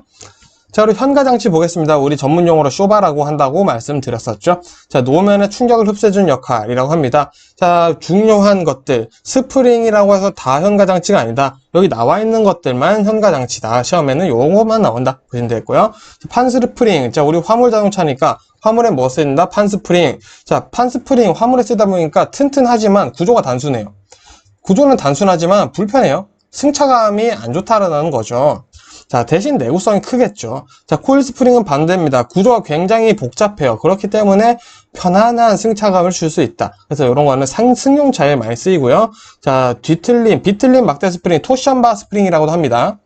자, 토션바 스프링이라고 한다고 지난 시간에 말씀드렸었죠. 뒤틀림의 충격을 방지하는 특수 금속이다. 네, 공기 스프링 대형 차량 버스에 사용되고요. 자, 충격 흡수 장치도 있네요. 작동률을 채운 실린더가 스프링 동작에 반응해 충격을 흡수해 주는 것이다 라고 보시면 되겠습니다.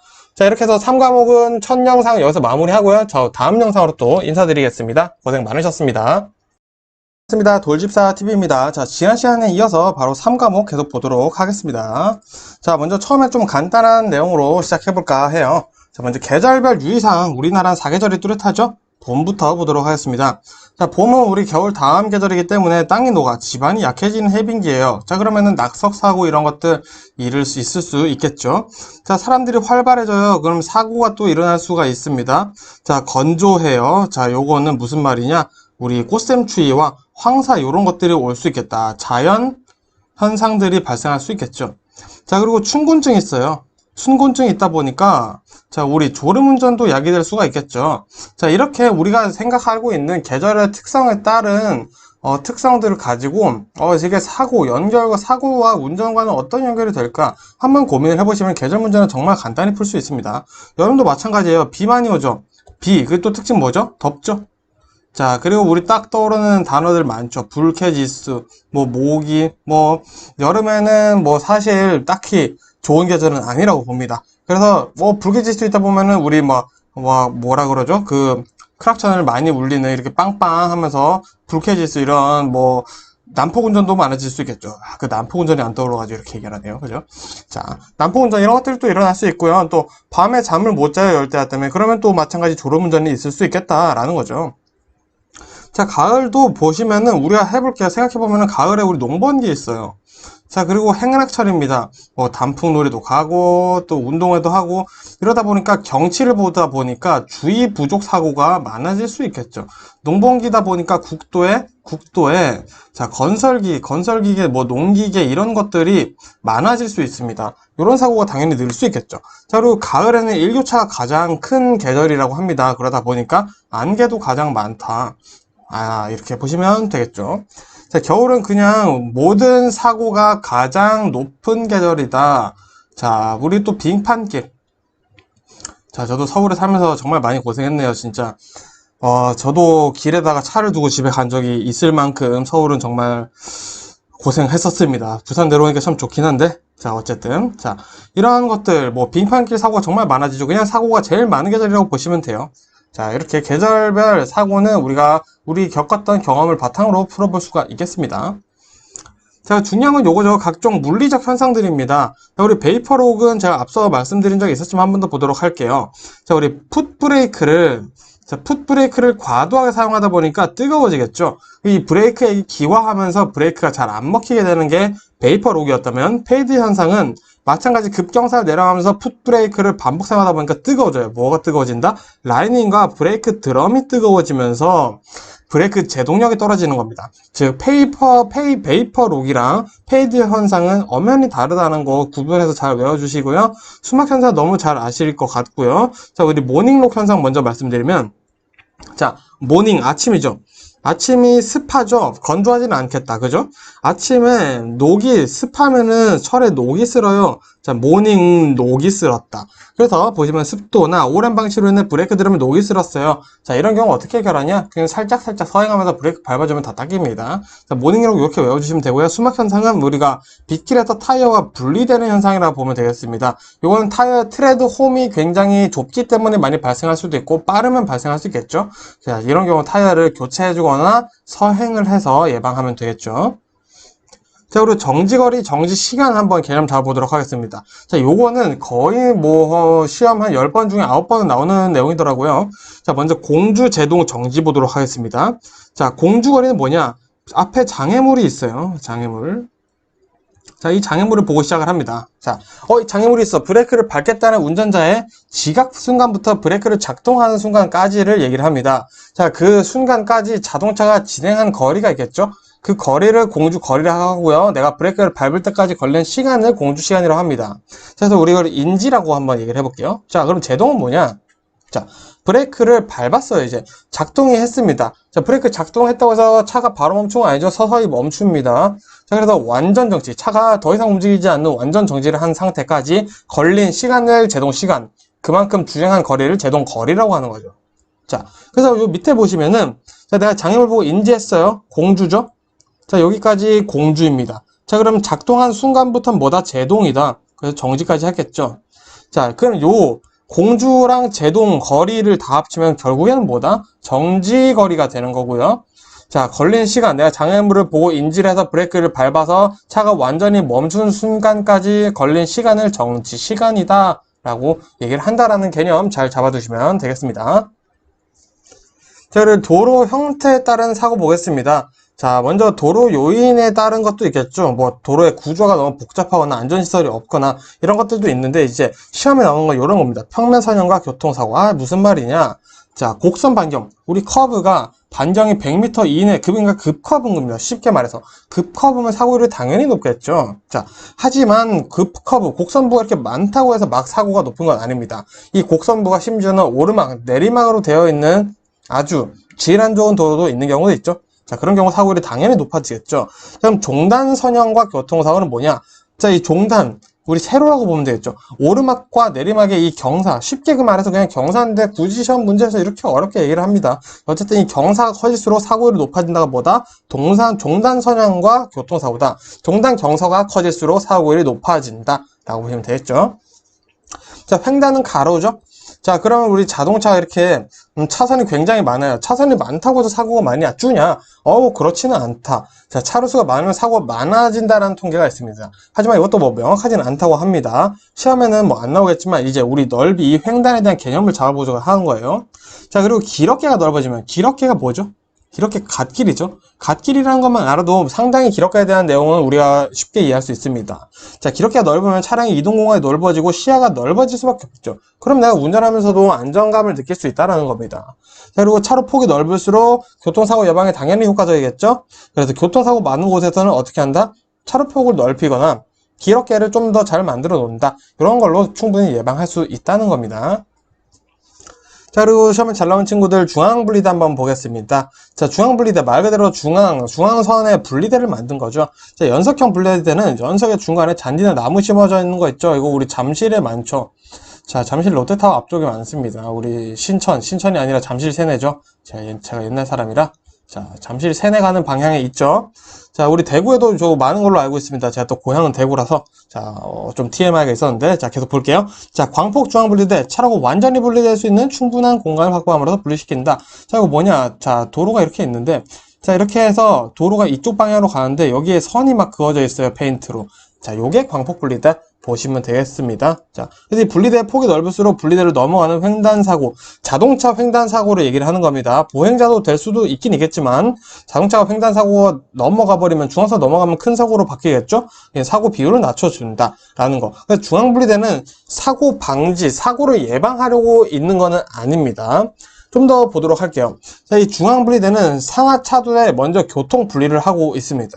그리고 광폭분리대는 사고 및 고장 차량이 잠시 정차할 수 있는 공간이 될 수 있겠죠. 그리고 보행자의 안전을 위해서 만들기도 하고요. 불법 유턴은 당연히 방지할 수 있겠고요. 그리고 이 중앙분리대가 높으면은 반대편 차량, 이 대형차의 현광 방지, 눈뽕을 방지할 수 있다 보시면 되겠죠.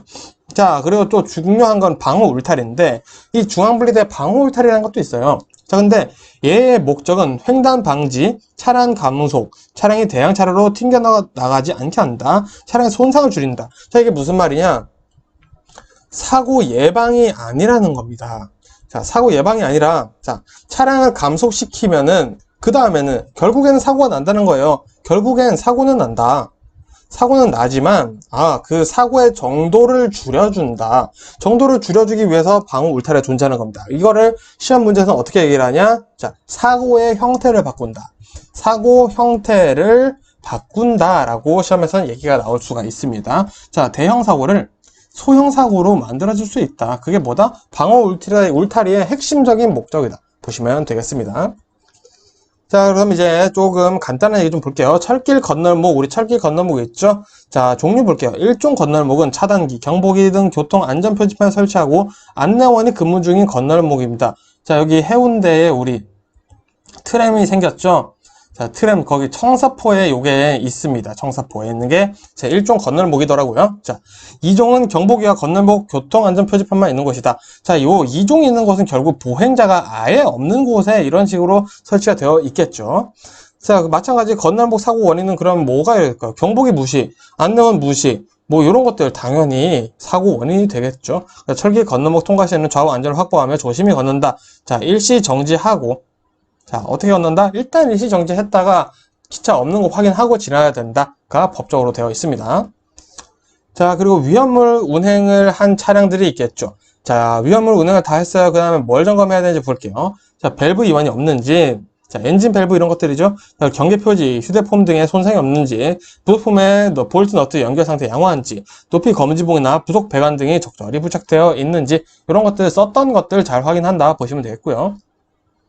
자, 앞지르기도 우리 안전 중요하죠. 앞지르기는 어디로 한다? 왼쪽으로 한다. 자, 정확히 우리 FM적으로는 깜빡이도 켜야 됩니다. 왼쪽 깜빡이 켜고 앞지르기 하셔야 돼요. 자, 그리고 도로 중앙선 넘어서 앞지르기 할 때 대항차 확인해야겠죠. 중앙선 넘는다고? 자, 중앙선, 점선으로 되어 있는 중앙선을 우리 넘을 수 있다. 보통 왕복 2차로인 같은 곳에서는 편도 1차로인 도로인 거죠. 이런 데서는 뭐 가능하죠. 자, 좌측, 그리고 앞지르기 금지 장소인지 확인하고, 실선인 경우, 중앙선이 실선인 경우 당연히 안 되죠. 점선인 경우 해야겠죠. 당연한 내용들 나오고 있습니다. 자, 그리고 우리 고속도로 교통사고 발생 시 대처 요령 보도록 하겠습니다. 자, 제일 처음 먼저 중요한 거는 사상자 구호입니다. 자, 사상자 구호를 하는데, 자, 내가 사상자가 되면 안 되잖아요. 그래서 먼저 중요한 거는 대피입니다. 대피. 일단 내가 대피를 해요. 그 다음에 2차 사고 방지안에 이제 사상자 구호 내용이 들어 있습니다. 자, 사상자 구호를 먼저 하고, 자, 이 차가 도로에 서 있다면은 다른 차가 내 차를 박지 않는 이런 2차 사고를 방지를 해줘야겠죠. 그래서 안전삼각대, 갓길로 차량 이동. 자, 차량 안에 있지 않고 안전한 장소, 뭐 갓길 너머나 이런 데 대피를 해야 된다라고 되어 있다는 거 상당히 중요합니다. 즉, 마지막에 뭐 한다? 이런 거 다 하고, 나 대피하고, 사상자 구호하고, 2차 사고 방지하고, 그 다음에 신고를 하는 것이다. 그래서 우리 순서고로는 문제 나왔을 때 신고 먼저 하는 거 아니라는 거 꼭 알아두세요. 자, 그리고 우리 터널 내 화재가 났어요. 어떻게 해야 할까요? 자, 차량과 함께 터널 밖으로 대피. 자, 요거는 틀린 내용입니다. 자, 물론 대피할 수 있는 상황이라면 대피를 해야겠습니다만, 자, 내가 터널이 있는데 내 앞쪽이 불이 났어요. 지나갈 수가 없어요. 그러면 후진해야겠죠? 이렇게 생각하면 안 됩니다. 후진하지 않고 이런 경우에는 차량 키를 꽂아놓고 그대로 도망가는 겁니다. 그리고 119 소방대원분들이 처리를 할 수 있게 해놔야 돼요.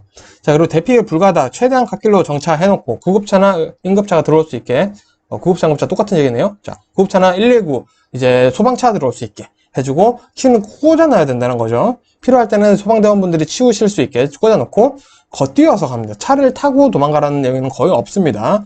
자, 그리고 비상벨 등으로 화재를 알리고요. 조기 진화 어려운 경우 터널 외부로 대피한다. 보시면 되겠습니다.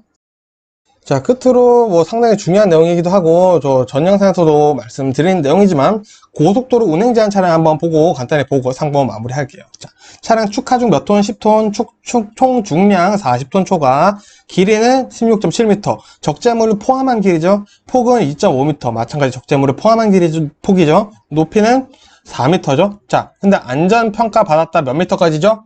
기억하셔야 돼요. 자, 4.2m죠. 자, 기억하시고요. 자, 적재 불량 차량 있죠. 뭐 흙이나 모래 이런 것들을 싣고 가는데 덮개가 없다거나, 비가 너무 많이 오는데 연결 차량, 카고 트럭, 뭐 카라반 이런 것들 안 될 수 있습니다. 자, 그리고 저속 차량도 안 되죠.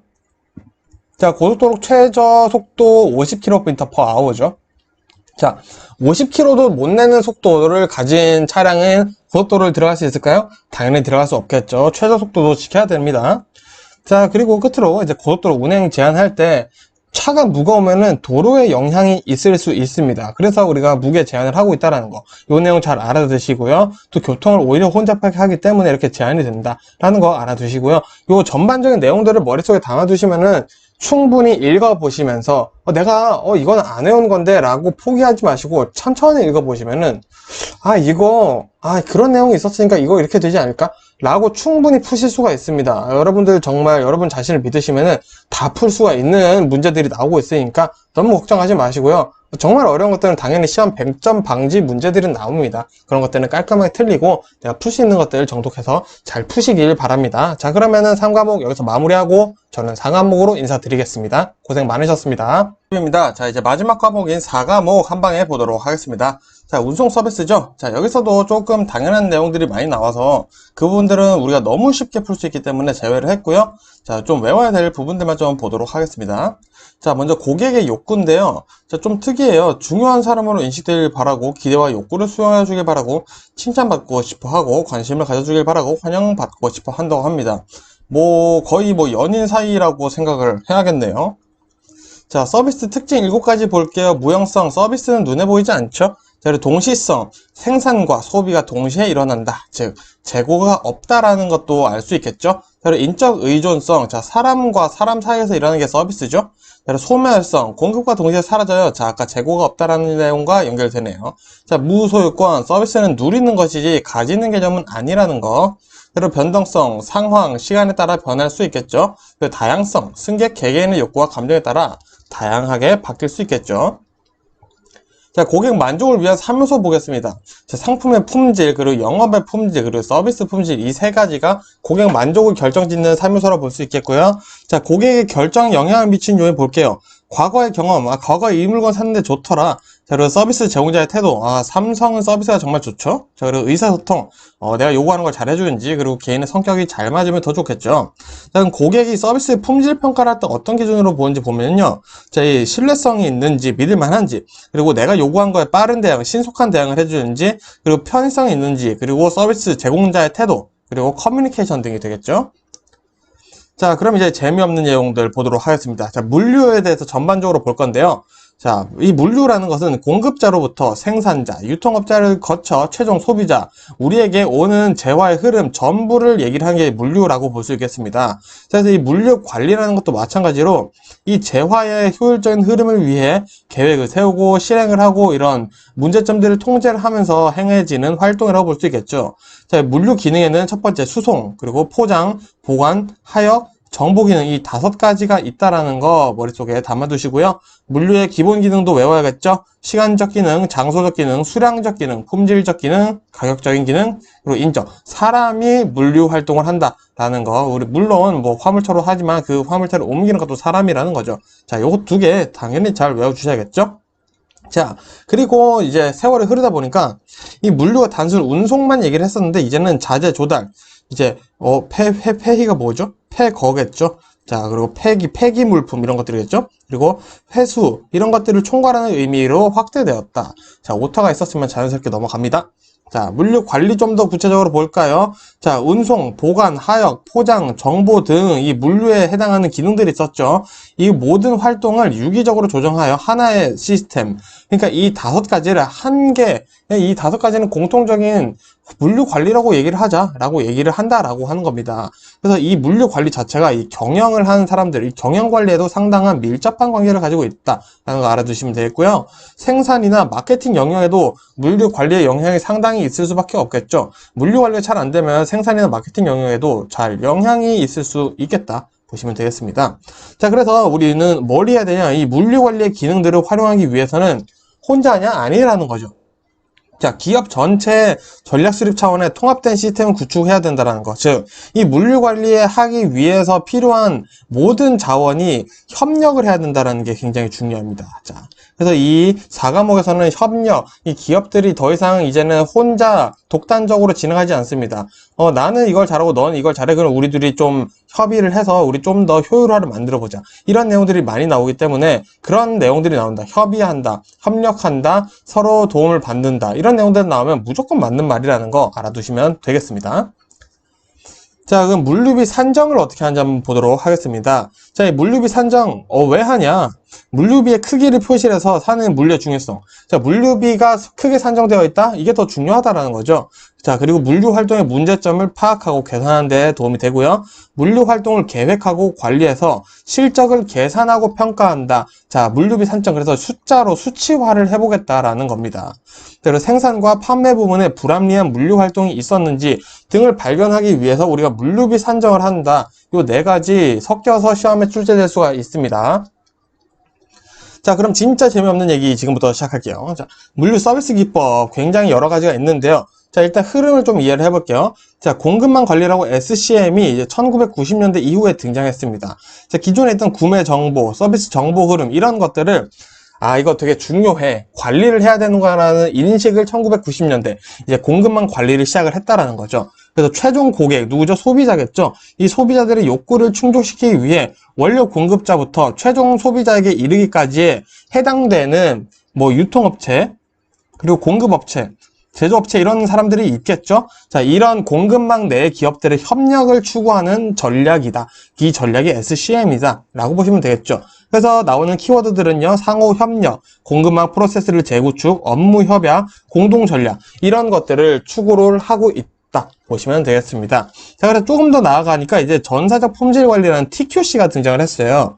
자, 품질 관리나 제품, 서비스를 만드는 모든 작업자가 품질의 책임을 나눠 가집니다. 자, 그러다 보니까 문제가 생겼다? 여기에 대한 책임을 전부 다 같이 지는 거죠. 우리 군대에서 얼차려 받는 것처럼 연대 책임을 지겠다. 그렇게 함으로써 품질 관리를 효율적으로 할 수 있다는 거죠. 그래서 물류를 정량화하고, 자, 눈에 보일 수 있게 정한다라는 거죠. 물류 서비스의 문제점들을 파악하여 데이터 정량을 해서 어디가 문제가 있구나 이런 것들을 쉽게 알아낼 수 있게 하기 위해서 만든 게 뭐다? 전사적 품질 관리 TQC다 라고 보시면 되겠죠. 자, 그리고 우리 3PL이라는 친구가 나옵니다. 제3자 물류예요. 자, 제3자 물류 시험이 정말 자주 나옵니다. 자, 설명부터 볼게요. 기업이 산에서 직접 수행하던 물류 업무를 외부의 전문 업체에게 아웃소싱, 외주를 준다는 거예요. 자, 즉 우리 예를 들어서 A라는 기업이 있습니다. A 기업에서 제조하고, 자, 우리 유통도 같이 했었어요. 자, 근데 이렇게 하다 보니까 제조도 좀 부족해지고 유통도 좀 부족해지는 거예요. 그래서 유통을 우리 B 회사에다가 맡겨버리자. 이 물류를 B 회사에 맡겨 우린 제조에 집중을 하자 라고 해서 등장을 한 게 뭐다? 제3자 물류 3PL이라는 거죠. 그래서 전문 물류업체와의 제휴를 통해 물류 시스템의 효율성을 올리려는 전략이다 라고 보시면 되겠습니다. 자, 그리고 나오는 게 신속 대응이에요. QR. 자, QR, 퀵 리스폰스, 빨리 대응한다, 응답한다 라고 보시면 되겠습니다. 이 QR의 목표는 뭐냐면요, 생산, 유통기간의 단축, 자, 리드타임의 단축이라고 볼 수 있겠습니다. 리드타임 단축이라는 단어 같이 나올 수 있어요. 자, 재고 감소, 반품 감소의 효율화를 목표로 두고 있다. 이게 QR의 핵심입니다. 자, 어떻게 하냐? 목표의 성과를 소비자, 생산자, 유통업자에게 모두 돌려줘요. 어떻게 돌려주지? 보도록 할게요. 자, 소매업자는 유지 비용을 절감하고요. 고객 서비스를 제고하고 상품 회전율을 증가할 수 있고요. 제조업자는 수요 예측 가능, 자산 회전율 상승입니다. 소비자 입장에서는 상품이 다양해지고 품질 상승, 낮은 소비자 가격을 획득할 수 있다는 거죠. 자, 왜? 자, 소비자가 자, 나 포켓몬 빵이 먹고 싶어요 라고 얘기를 하니까 이제 판매하시는 소매업체가 공급업체 얘기를 해요. 포켓몬 빵이 필요하다. 자, 이런 정보, 소비자의 요구를 빨리 응답을 하고 소비자에게 포켓몬빵 입고됐습니다 라는 반응을 보여주는 속도를 아주 빨리 한다라는 거죠. 그래서 소비자의 응답이 요구가 빨리 이루어질수록 공급업체에서는 오히려 땡큐죠. 포켓몬빵이 잘 팔려? 그럼 포켓몬빵 만들면은 손해볼 일은 없겠다. 이런 식으로 서로에게 이득이 된다라는 내용을 QR이 담고 있다라는 겁니다. 자, 그리고 효율적 고객 대응인 ECR이 있어요. 자, 이 고객 대응, 효율적으로 고객 대응을 하면은 결국에는 뭐가 중요하다? 소비자 만족이 중요하다라는 거죠. 그래서 소비자 만족에 초점을 두고 공급망 관리의 효율성을 극대화하겠다는 목표가 있습니다. 어떻게 하냐? 제품의 생산부터 소매, 판매되기까지 이거를 한 단계라고 보고 여기에 관련되어 있는 여러 기업, 뭐 제조업체, 유통업체, 공급업체 다 있겠죠? 자, 이런 기업들의 협력을 추구해서 전체적인 효율을 올리고자 하는 고객 대응 기법이다. 자, 여기까지만 봐도 이 지금 협력을 하는 게 굉장한 화물, 이 물류 유통관리사에서 추세이구나 라는 걸 알 수가 있습니다. 자, 그래서 제조업체와 유통업체가 긴밀한 협력을 통해 기존에 존재하던 비효율적과 비생산적인 요소들을 제거하는 목표를 두고 있다 보시면 되겠습니다. 자, 그래서 기업과 기업 간의 협력을 하는 것도 있지만 또 추가적인 장점이 산업체와 산업체 간의 통합을 이뤄 또 협력을 할 수 있다는 장점을 효율적 고객 대응 ECR이 가지고 있다는 거 추가로 알아주시면 되겠습니다. 자, 이어서 주파수 공용통신이 있습니다. TRS 앞에 T가 텔레, 우리 핸드폰, 텔레그램, SKT 뭐 이런 것 주파수가 되겠죠? 보겠습니다. 자, 중계국에 할당된 여러 개의 채널을 공동으로 사용하는 무전기 시스템이다. 자, 어떻게 보면 전화 이런 추적 기능이 있다라고 보시면 되겠죠? 자, 그래서 화물 추적 통신망 시스템으로 물류 관리에 많이 사용되고 있습니다. 그래서 음성 통화나 TRS 데이터 통신에 활용하고 있고요. 자, 배차 지시나 작업 지시, 차량 위치, 지금 차량이 어디 있는지 이런 것들을 우리가 알아낼 수 있는 방법 중에 하나가 주파수 공용 통신을 사용한다, TRS를 사용한다라는 거죠. 자, 그래서 그러다 보니까 배송이 정확한 추적과 도착 시간에 정확한 추정이 가능해집니다. 뭐 아주 정확한 건 아니지만 언제쯤 도착할 수 있겠다 이런 건 알 수 있다는 거죠. 그리고 배송이 왜 지연되는지, 그 이유는 무엇인지 이런 원인 분석들을 하고 파악을 해서 표준 운행 시간을 만들어 볼 수 있는 거예요. 여기를 지날 때마다 꼭 차가 막히더라. 그러면은 이 시간을 우리가 책정을 해놓자. 이런 것들이 가능하다는 거죠. 그래서 우리 TRS를 통해서 고장 차량, 그리고 지연되는 것들을 분석을 해서 차량을 재배치하는 것까지 가능하겠다라고 보시면 되겠습니다. 자, 그러면은 CARS, 통합 판매 물류 생산 시스템 보도록 하겠습니다. 자, 제조업체의 생산, 유통, 거래 등의 과정을 컴퓨터로 연결하는 거예요. 자, 이런 것들을 사람이 관리했다면 이제 컴퓨터한테 맡겨버리겠다는 거죠. 그래서 컴퓨터가 이제 이 정보들을 기업 간에 혹은 국가 간에 공유할 수 있는 시스템인 거죠. 그래서 이 칼스로 들어오면은 범위가 엄청 세계적으로 이제 지구적으로 넓어지게 된다라는 느낌을 가지고 있죠. 근데 어떻게 한다? 컴퓨터로 한다 라는 게 중요한 거죠. 자, 그래서 기업의 입장에서 보다 보니까 품질 향상이나 비용 절감, 신속 처리가 상당히 중요한데 이런 것들이 가능해지더라 라고 보는 거죠. 그러다 보니까 점점 중요해지고 있습니다. 정보화 시대의 기업 경영에 꼭 필요한 필수 요소가 되고 있고요. 과다 서류나 기술 자료의 중복을 줄이고 업무 처리 절차를 수소시킵니다. 자, 과다 서류나 중복되는 자료만 줄여도 우리가 봐야 되는 것들이 확실히 줄겠죠. 그러다 보니까 업무 처리 절차가 축소된다라는 겁니다. 그래서 효과는 뭐냐? 자, 이런 유통, 이런 마케팅, 이런 비용 절감, 조직 간, 국가 간 정보 공유, 신속한 정보 전달, 제품 생산 시간 단축이 된다. 자, 이렇게 되다 보면 결국 소비자 만족까지 이루어질 수밖에 없겠죠. 자, 그래서 정리 한번 해보겠습니다. 우리 공급망 관리라는 게 경영정보 시스템 1970년대에 등장해서 유통, 수송, 보관에만 중점을 두다가 전사적 자원 관리로 넘어와요. 자, 1980년대에서 90년대에 등장합니다. 제조, 구매, 주문 관리에도 우리가 신경을 써야 되는구나 라고 알게 된 거죠. 그러다 보니까 공급망 관리 SCM이죠. 자, 1990년대 이후 등장했고요. 구매 정보, 서비스 정보 흐름 등 모든 것을 관리하는 것이 결국에는 우리 이런 거 다 관리해야 되더라 라고 알게 되었다 라는 걸로 이제 흐름을 마무리해 보시면 되겠습니다. 자, 그리고 이제 넘어와서 물류 관리 원칙 외워볼게요. 7R, 지랄, 7R하는 원칙이 있습니다. 자, 요거 아니고요. 라이트, 좋다라는 뜻이죠. 그래서 좋은 품질, 그리고 정량, 적당한 양, 좋은 양이죠. 그리고 적시, 필요한 시간, 좋은 시간, 필요한 시간이죠. 적소, 그리고 좋은 타임, 좋은 순간이라는 거죠. 자, 그리고 좋은 인상, 좋은 가격, 그리고 좋은 상품이다. 그리고 필요한 곳에, 적소, 필요한 곳에 가야 된다. 필요한 시간에 도착해야 된다. 필요한 양이 도착해야 된다. 라는 거죠. 자, 그래서 7R 외워주시고요. 자, 3S 1L 있습니다. 자, 3S 스피드, 빠르게, 세이프 S 안전하게, 슈얼리 확실하게 도착한다. 그리고 로우 이런 원가들, 그리고 비용들을 절감하겠다 라는 원칙이 있고요. 자, 3의 이익이 나올 수도 있어요. 자, 매출 증대, 원가 절감, 물류비 절감이 기업의 경영 입장에서는 물류 관리에서는 이 3의 이익 세 가지가 중요하구나. 3의 이익은 매출 증대, 원가 절감, 물류비 절감이라는 거 알아두시면 되겠습니다. 자, 이어서 기업 물류 좀 보겠습니다. 자, 기업 물류의 목표는 물류 환경 분석, 물류 목표 달성, 물류 전략 수집 등을 통한 시스템 구축을 해둬야 된다라는 거죠. 결국 기업 물류도 어떻게 물류 환경, 목표, 전략을 잘 짜주겠다. 이런 건 시스템 구축을 하겠다라는 거죠. 그래서 이 물류 네트워크가 있겠죠. 이 네트워크에서 상품이 안정적이게 관리 가능하도록 만들겠다라는 겁니다. 그래서 물류 작업을 위한 물류비 절감을 위해서도 노력을 해야겠죠. 자, 그래서 활동 범위를 눈여겨서 좀 같이 봐주세요. 주된 활동과 보조 활동 나눠지는데요. 주된 활동은 대고객 서비스 수준, 수송, 재고 관리, 주문 처리가 되어 있고요. 보조 활동은 주된 활동이 가능하게끔 해주는 활동들이겠죠. 그래서 자재 관리, 구매, 포장, 정보 관리, 보관, 판매 등이 보조 활동에 해당한다 보시면 될 것 같습니다. 자, 그럼 기업의 전략, 물류 전략 좀 더 보도록 하겠습니다. 자, 우리가 알고 있듯이 기업은 돈 벌려고 있는 것이죠. 이익과 이윤을 창출하는 것이 최우선 목표라는 거죠. 자, 그래서 우리 소비자, 공급자, 경쟁사, 기업의 요소들을 고려해서 기업이 전략을 짜야 되더라.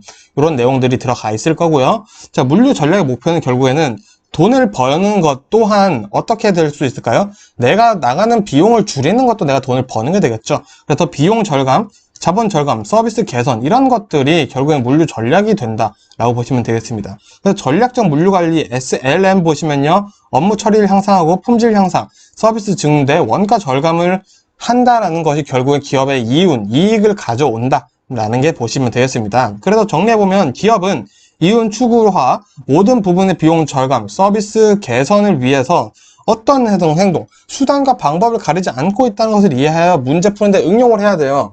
그러니까 기업이 만일에 우리가 원가 이런 부품비를 줄인다. 이거 이익으로 볼 수 있을까요? 이익이라고 볼 수 있다는 거죠. 서비스 개선을 한다. 서비스 개선하는데 100만 원이 들었어요. 이거 손해 아닌가? 그러므로 해서 소비자들이 만족해서 물건을 더 많이 팔 수 있다면 이익이 될 수 있다는 거죠. 자, 이런 것들을 이해해 보시면 좋겠다라는 겁니다. 자, 우리 제3자 물류 조금 더 구체적으로 보도록 하겠습니다. 우리 아까 물류비 절감하려고 이 물류 활동을 외주로 주는 것을 우리가 3PL, 제3자 물류라고 했었죠. 자, 그래서 좀 더 구체적으로 보면은, 자, 기업이 사내 물류 조직을 별도로 분류하여 자회사를 만드는 것도 똑같이 됩니다. 자, A가 B에게 우리 물류 좀 해줘라고 맡기는 되지만 A 회사가 우리 A-1이라는 우리 자회사를 만들어서 이건 물류 담당하는 회사를 만들자. 그럼 이런 경우에도 제3자 분류가 된다라는 거죠. 자, 이 제3자 분류를 왜 하냐? 자, 물류 효율 한계가 오거나 물류 산업의 성장을 위하거나 제3자를 통해서 물류를 진행하는 것이 좀 더 이익이다라는 게 좀 더 이제 추세고 확대되고 있기 때문에 제3자 물류를 도입하고 있다 보시면 되겠습니다. 자, 그래서 이 제3자 물류를 도입하다 보니까 기업에 어떤 효과가 있다? 기업은 이제 여러 곳에 공급망을 구축할 수 있으며 고객 서비스를 위해 집중할 수 있겠죠. 물류를 맡겼으니까 난 서비스 집중한다. 이게 가능해지는 거고. 자, 고정 투자비를 없애기 때문에 경기 변동, 물동량 변동에 대처할 수 있어요. 요번에 물건이 많이 없네? 대신 우리가 원래 있었다면 직원 5명에서 했었는데 고정이라는 거죠. 자, 5명에서 하던 거를 다른 회사에서 대신 해준다라는 거죠. 우리는 물건값만 주면 되니까 고정 투자비가 없잖아. 요게 또 이득이라 이렇게 볼 수 있는 거죠. 자, 제4자 물류, 자, LLP 4PL이라고도 합니다. 자, 3PL 업그레이드 버전이라고 볼 수 있겠죠? 자, 그러면 뭐가 업그레이드 됐냐? 컨설팅 업무가 추가되었다. 라고 보시면 될 것 같습니다. 그렇다는 것은 제3자 물류의 기능을 3PL, 4PL도 다 가지고 있다라고 당연히 봐주셔야겠죠. 자, 이 컨설팅 업무가 돼 있다 보니까 뭐 어디에 좋냐? 공급망 확충에 더 용이하고 효율적이다 라는 장점으로 연결되는 게 시험 문제 나오고 있고요. 또 두 번째로 나오는 게 4자 물류의 단계입니다. 자, 재창조, 전환, 이행, 실행이다. 자, 요거는 그냥 외워주시는 수밖에 없겠네요. 4자 물류의 단계는 재창조, 전환, 이행, 실행의 순서로 가고 있다 보시면 좋을 것 같습니다. 그래서 4PL 공부하실 때 마찬가지 아웃소싱, 물류를 외주를 마찬가지 하고 있기 때문에 공급망 확충이나 공급망 활동 범위를 넓힐 수 있다는 것 당연히 이해를 하고 응용을 해서 문제를 푸시면 좋겠습니다. 자, 그럼 이제 물류 시스템을 좀 더 보겠습니다. 자, 우리 아까 물류 기능 중에 있었던 내용들이 구성이 같이 되어 있어요. 자, 운송, 보관, 유통 가공, 포장, 하역, 정보 관리로 이제 물류 시스템이 이루어져 있다. 자, 요런 거 6개 있죠? 자, 외워줘야겠다라는 느낌이 이제 딱 오시죠? 자, 그리고 비용과 서비스 수준 사이에는 수학 체감의 법칙이 작용됩니다. 자, 수학 체감 법칙이 뭐냐? 자, 이 물류 서비스 수준이 올라가면은 물류 비용도 당연히 올라가겠죠. 그 얘기를 하고 있습니다. 자, 그래서 이 수학 체감의 법칙이 물류 서비스, 물류 시스템에 작용된다라는 거. 요 단어 하나 같이 외워두시고요. 자, 물류 시스템이라는 것은 결국엔 말 그대로 시스템이라고 보시겠죠. 컴퓨터가 한다. 그러면은 반복적인 기능이 가능하겠죠. 그래서 우리 기계적인 활동을 통해 각 부문이나 분야를 연결해 줄 수 있다. 라는 장점까지 연결될 수 있다. 보시면 되겠습니다. 그래서 이 물류 시스템은 우리 아까 말했었던 3S1L 있죠? Save Speed, Save Sure, 그리고 비용 절감, Low였죠? 자, 요거를 또 기본적으로 바탕으로 깔고 하고 있다. 보시면 되겠습니다. 자, 그럼 이제 운송에 대해서 조금 보도록 하겠습니다. 자, 운송의 의의 보겠습니다. 자, 장소적 효용 창출, 재화의 이동, 자, 그리고 마케팅상 물류 시스템 합리화, 시간적 효용, 이런 게 있죠. 자, 장소적, 이건 장소적 기능 아까 있었죠? 자, 이것도 시간적 기능이에요. 자, 우리가 직접 가서 사야 될 거를 대신 옮겨준다라는 거죠. 그것을 여기 장소에서 보관을 하고 있다라고 보시면 되겠고요. 자, 이 운송 합리화 방안 4가지 보겠습니다. 적시적기의 운송과 운송비 부담을 완화하는 것이 운송 합리화하는데 첫 번째 방안이고요. 두 번째는 물류기기 개선 및 정보 시스템 정비, 좀 더 첨단 시스템으로 업그레이드 하는 거죠. 그리고 최단 운송 경로, 최적 운송 수단 개발하는 거죠. 자, 우리 굳이 돌아가는 길들은 가지 말고 좋은 경로를 찾아내자. 이런 것들이 되겠고요. 그리고 실차율 향상을 위한 공차율 최소화 방안. 자, 이런 거죠. 자, 부산에서 서울까지 물건을 실었어요. 자, 서울에서 그냥 돌아오냐? 그럼 좀 그렇잖아요. 서울에서 물건 또 실어서 오자. 기왕 오는 거 물건 실어오면 좋잖아. 이렇게 얘기를 한다라고 보시면 되겠네요. 자, 그리고 수송 배송 시스템의 목표 보겠습니다. 자, 수송 배송 시스템의 목표는 물류비 절감, 물류 서비스 개선, 업계 표준화 시스템마다 결국에는 이익을 위해서 이렇게 하겠다라고 보시면 되겠고요. 자, 수송 배송 시스템에 이제 설계를 할 때 뭘 고려해야 되냐면은 경제적인 측면과 안전적인 측면, 안전한가, 그리고 서비스는 괜찮은가, 그리고 사회적으로 뭐 반하는 건 아닌가, 뭐 교통 혼잡, 체중을 야기하진 않는가, 이런 것들도 다 신경을 써서 시스템을 설계해야 된다라는 거죠. 자, 그러다 보니까 이제 수배송 시스템을 어떻게 효율화할 거냐. 자, 리드타임을 단축하겠다. 자, 고객이 주문을 했으면은 만들어지는 과정부터 고객의 손에 물건이 도착하는 그 시간을 리드타임이라고 얘기를 합니다. 이 리드타임을 줄이면은 고객도 좋고, 우리도 물건 빨리 파니까 회전율도 좋아지고 좋겠죠? 자, 그리고 차량의 적재율을 상승시키는 겁니다. 편도 운송과 중복 운송을 줄이겠다. 아까 말씀드렸던 공차율을 줄이겠다라는 거죠. 자, 이렇게 함으로써 결국엔 차량 회전율을 상승시키는 게 수후 배송 시스템의 효율화가 당연히 좋아지는 방법이겠더라. 알게 되었다는 거죠. 자, 그러면은 이 운송에는 2가지가 있습니다. 자, 사업용이 있고요. 자가용이 있습니다. 자, 이 2가지가 조금 사용되는 방법이 다르죠? 자, 보겠습니다. 자, 먼저 사업용 운송의 장점과 단점 볼 건데요. 장점은 수송비가 저렴하고 융통성이 높아요. 자, 수송비가 저렴하다는 거는 이게 부르는 게 값이 아니라 정찰자라는 거죠. 자, 어디서 어디까지 갈 때는 우리가 거리를 기준으로 해서 요금을 받습니다. 이렇기 때문에 저렴하다라는 표현이 들어간 거지 뭐 싸다는 건 아니고요. 자, 그리고 수송 능력이 높고 변동비 처리가 가능하겠죠. 자, 그래서 설비 투자, 인적 투자가 불필요합니다. 회사에서 운영을 하고 있기 때문인 거죠. 그리고 물동량, 물건의 양이 변동이 돼도 안전하게 수송이 가능하다는 장점이 있습니다. 자, 대신 단점은 기동성이 낮고 관리 기능이 저하됩니다. 자, 기동성이 낮다는 건 무슨 말이냐? 나는 지금 당장 필요한데 저 이거 좀 하려고요. 그러면은 일단 신청하시고요. 절차 밟으시고요. 뭐 이렇게 하다 보니까 당장 출동해야 되는데 기동성이 좀 떨어질 수 있다라는 거죠. 그리고 이런 것들을 관리하다 보니까 조금 돈이 많이 들 수도 있겠죠. 그리고 마케팅 사고가 희박하고 시스템 구축이 잘 안 되어 있다라는 단점이 오히려 있습니다. 자, 이거는 이렇게 잘 안 되는 경우 큰 단점으로 작용을 할 수 있다 보시면 되겠고요. 자, 운임의 안정성이 떨어집니다. 자, 정찰제이지만 이 회사에서 운임을 변경을 해버린다면 소비자 입장에서는 어떻게 흥정을 할 수 있는 방법이 없죠. 그래서 한창 이 가격이구나 라는 거를 소비자 인식하기는 좀 어렵다라고 보시면 되겠습니다. 자, 그럼 자가용 운송 한번 보도록 할게요. 자가용 운송의 장점, 기동성이 높아요. 안정적인 공급이 가능하다. 자, 요거는 저희가 지금 필요해요. 근데 이 운송을 하시는 분이 잘라 그랬는데 그냥 나가지 뭐, 이런 식으로도 가능해지기 때문에 오히려 기동성이 좋다라는 거죠. 그러다 보니까 차라리 신뢰성이 확보되고 상거래에 기여한다라는 장점을 가지고 있습니다. 솔직히 이게 맞나는 모르겠습니다만 시험에 이렇게 나오고 있으니까 일단은 외워주셔야겠죠? 자, 그리고 시스템이 일관적이고 위험 요소가 낮다. 이것도 좀 맞나 모르겠습니다만, 자, 시험이 이렇게 나오니까 우리 외워보도록 하고요. 자, 자가용성 단점 볼게요. 인적 자본의 투자가 필요하다. 개인이 회사를 통해서 하는 게 아니다 보니까 내가 차도 사고, 내 인건비도 당연히 투자가 필요하겠죠? 제가 사용하는 차종, 차량에 따른 운송 한계가 있다. 자, 회사에서 운영하는 거라면은 뭐, 톤수별로 차량이 있을 수 있겠지만, 개인이 톤수별로 차량을 가지고 있는 건 사실은 뭐, 그냥 회사이죠. 자, 그런 것들에 대한 한계가 있다는 거죠.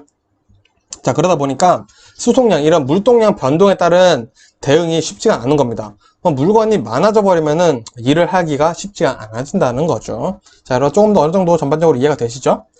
자, 그래서 이제 운송이라는 거에 대해 이제 마무리를 좀 해보면요. 자, 이 운송들이 어떻게 발전을 해야 되냐? 고효율화, 자, 많이 활동을 해야 된다는 거죠. 그리고 실차율, 공차율 줄이기라는 거죠. 자, 기업의 이익, 이것도 다 나왔었던 내용이에요, 이제, 그죠? 자, 트레일러 수송과 독신 시스템화. 자, 이게 무슨 말이냐? 대규모 수송하면 좋겠죠? 그리고 양방향에서는 부산과 서울 사이 왔다 갔다 하시는 이런 것들이 있겠죠? 자, 차량끼리 중간 지점, 뭐, 대전에서 만나서, 자, 그래서 부산 가는 사람 있어? 내가 대신 실어줄게. 이런 것들이 관리를 잘 돼 있으면 오히려 트럭 운송이 상당히 좋아질 수 있다라는 거죠. 그리고 바꿔 태우기와 이어 타기가 중요합니다. 자, 중간에서 트럭의 바디, 그러니까 우리가 화물차가 있으면 뒤에 트레일러가 있겠죠. 요 트레일러만 바꾸는 겁니다. 자, 그러거나 중간에서 운전자만 교체를 하는 거예요. 그래서 이 트럭의 바디, 트레일러를 바꾸는 것은 우리가 바꿔 태우기라고 하는 거고요. 중간에서 운전자만 교체하는 거는 이어 타기입니다. 자, 왜? 화물의 목적지는 계속 부산으로 가고 있단 말이죠.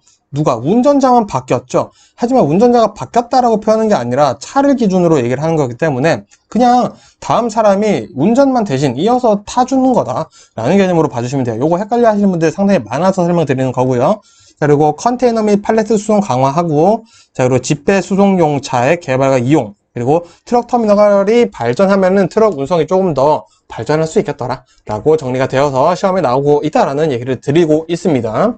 자, 이렇게 해서 우리 4과목까지 다 살펴봤고요. 제가 말씀드린 내용 100% 정도 다 이해를 해주시면은 100% 합격을 하시겠지만 최대한 많이 공부를 하셔서 시험 보러 가셔서 공부하시고, 제가 말씀드렸던 상식과 경험, 그리고 문제를 꼼꼼히 정말 한 번 읽지 마시고 두 번, 세 번 읽다 보면은 이거 그런 내용인가? 라고 하시면 본인을 믿고 문제를 푸시면은 무조건 맞추실 수 있습니다.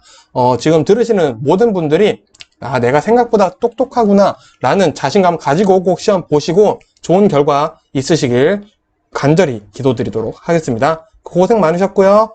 또 추가 공부 필요하신 분들은 제 유튜브 화물 운송 종사 재생 목록 가셔서 다른 영상도 보시면 좋을 것 같습니다. 감사합니다.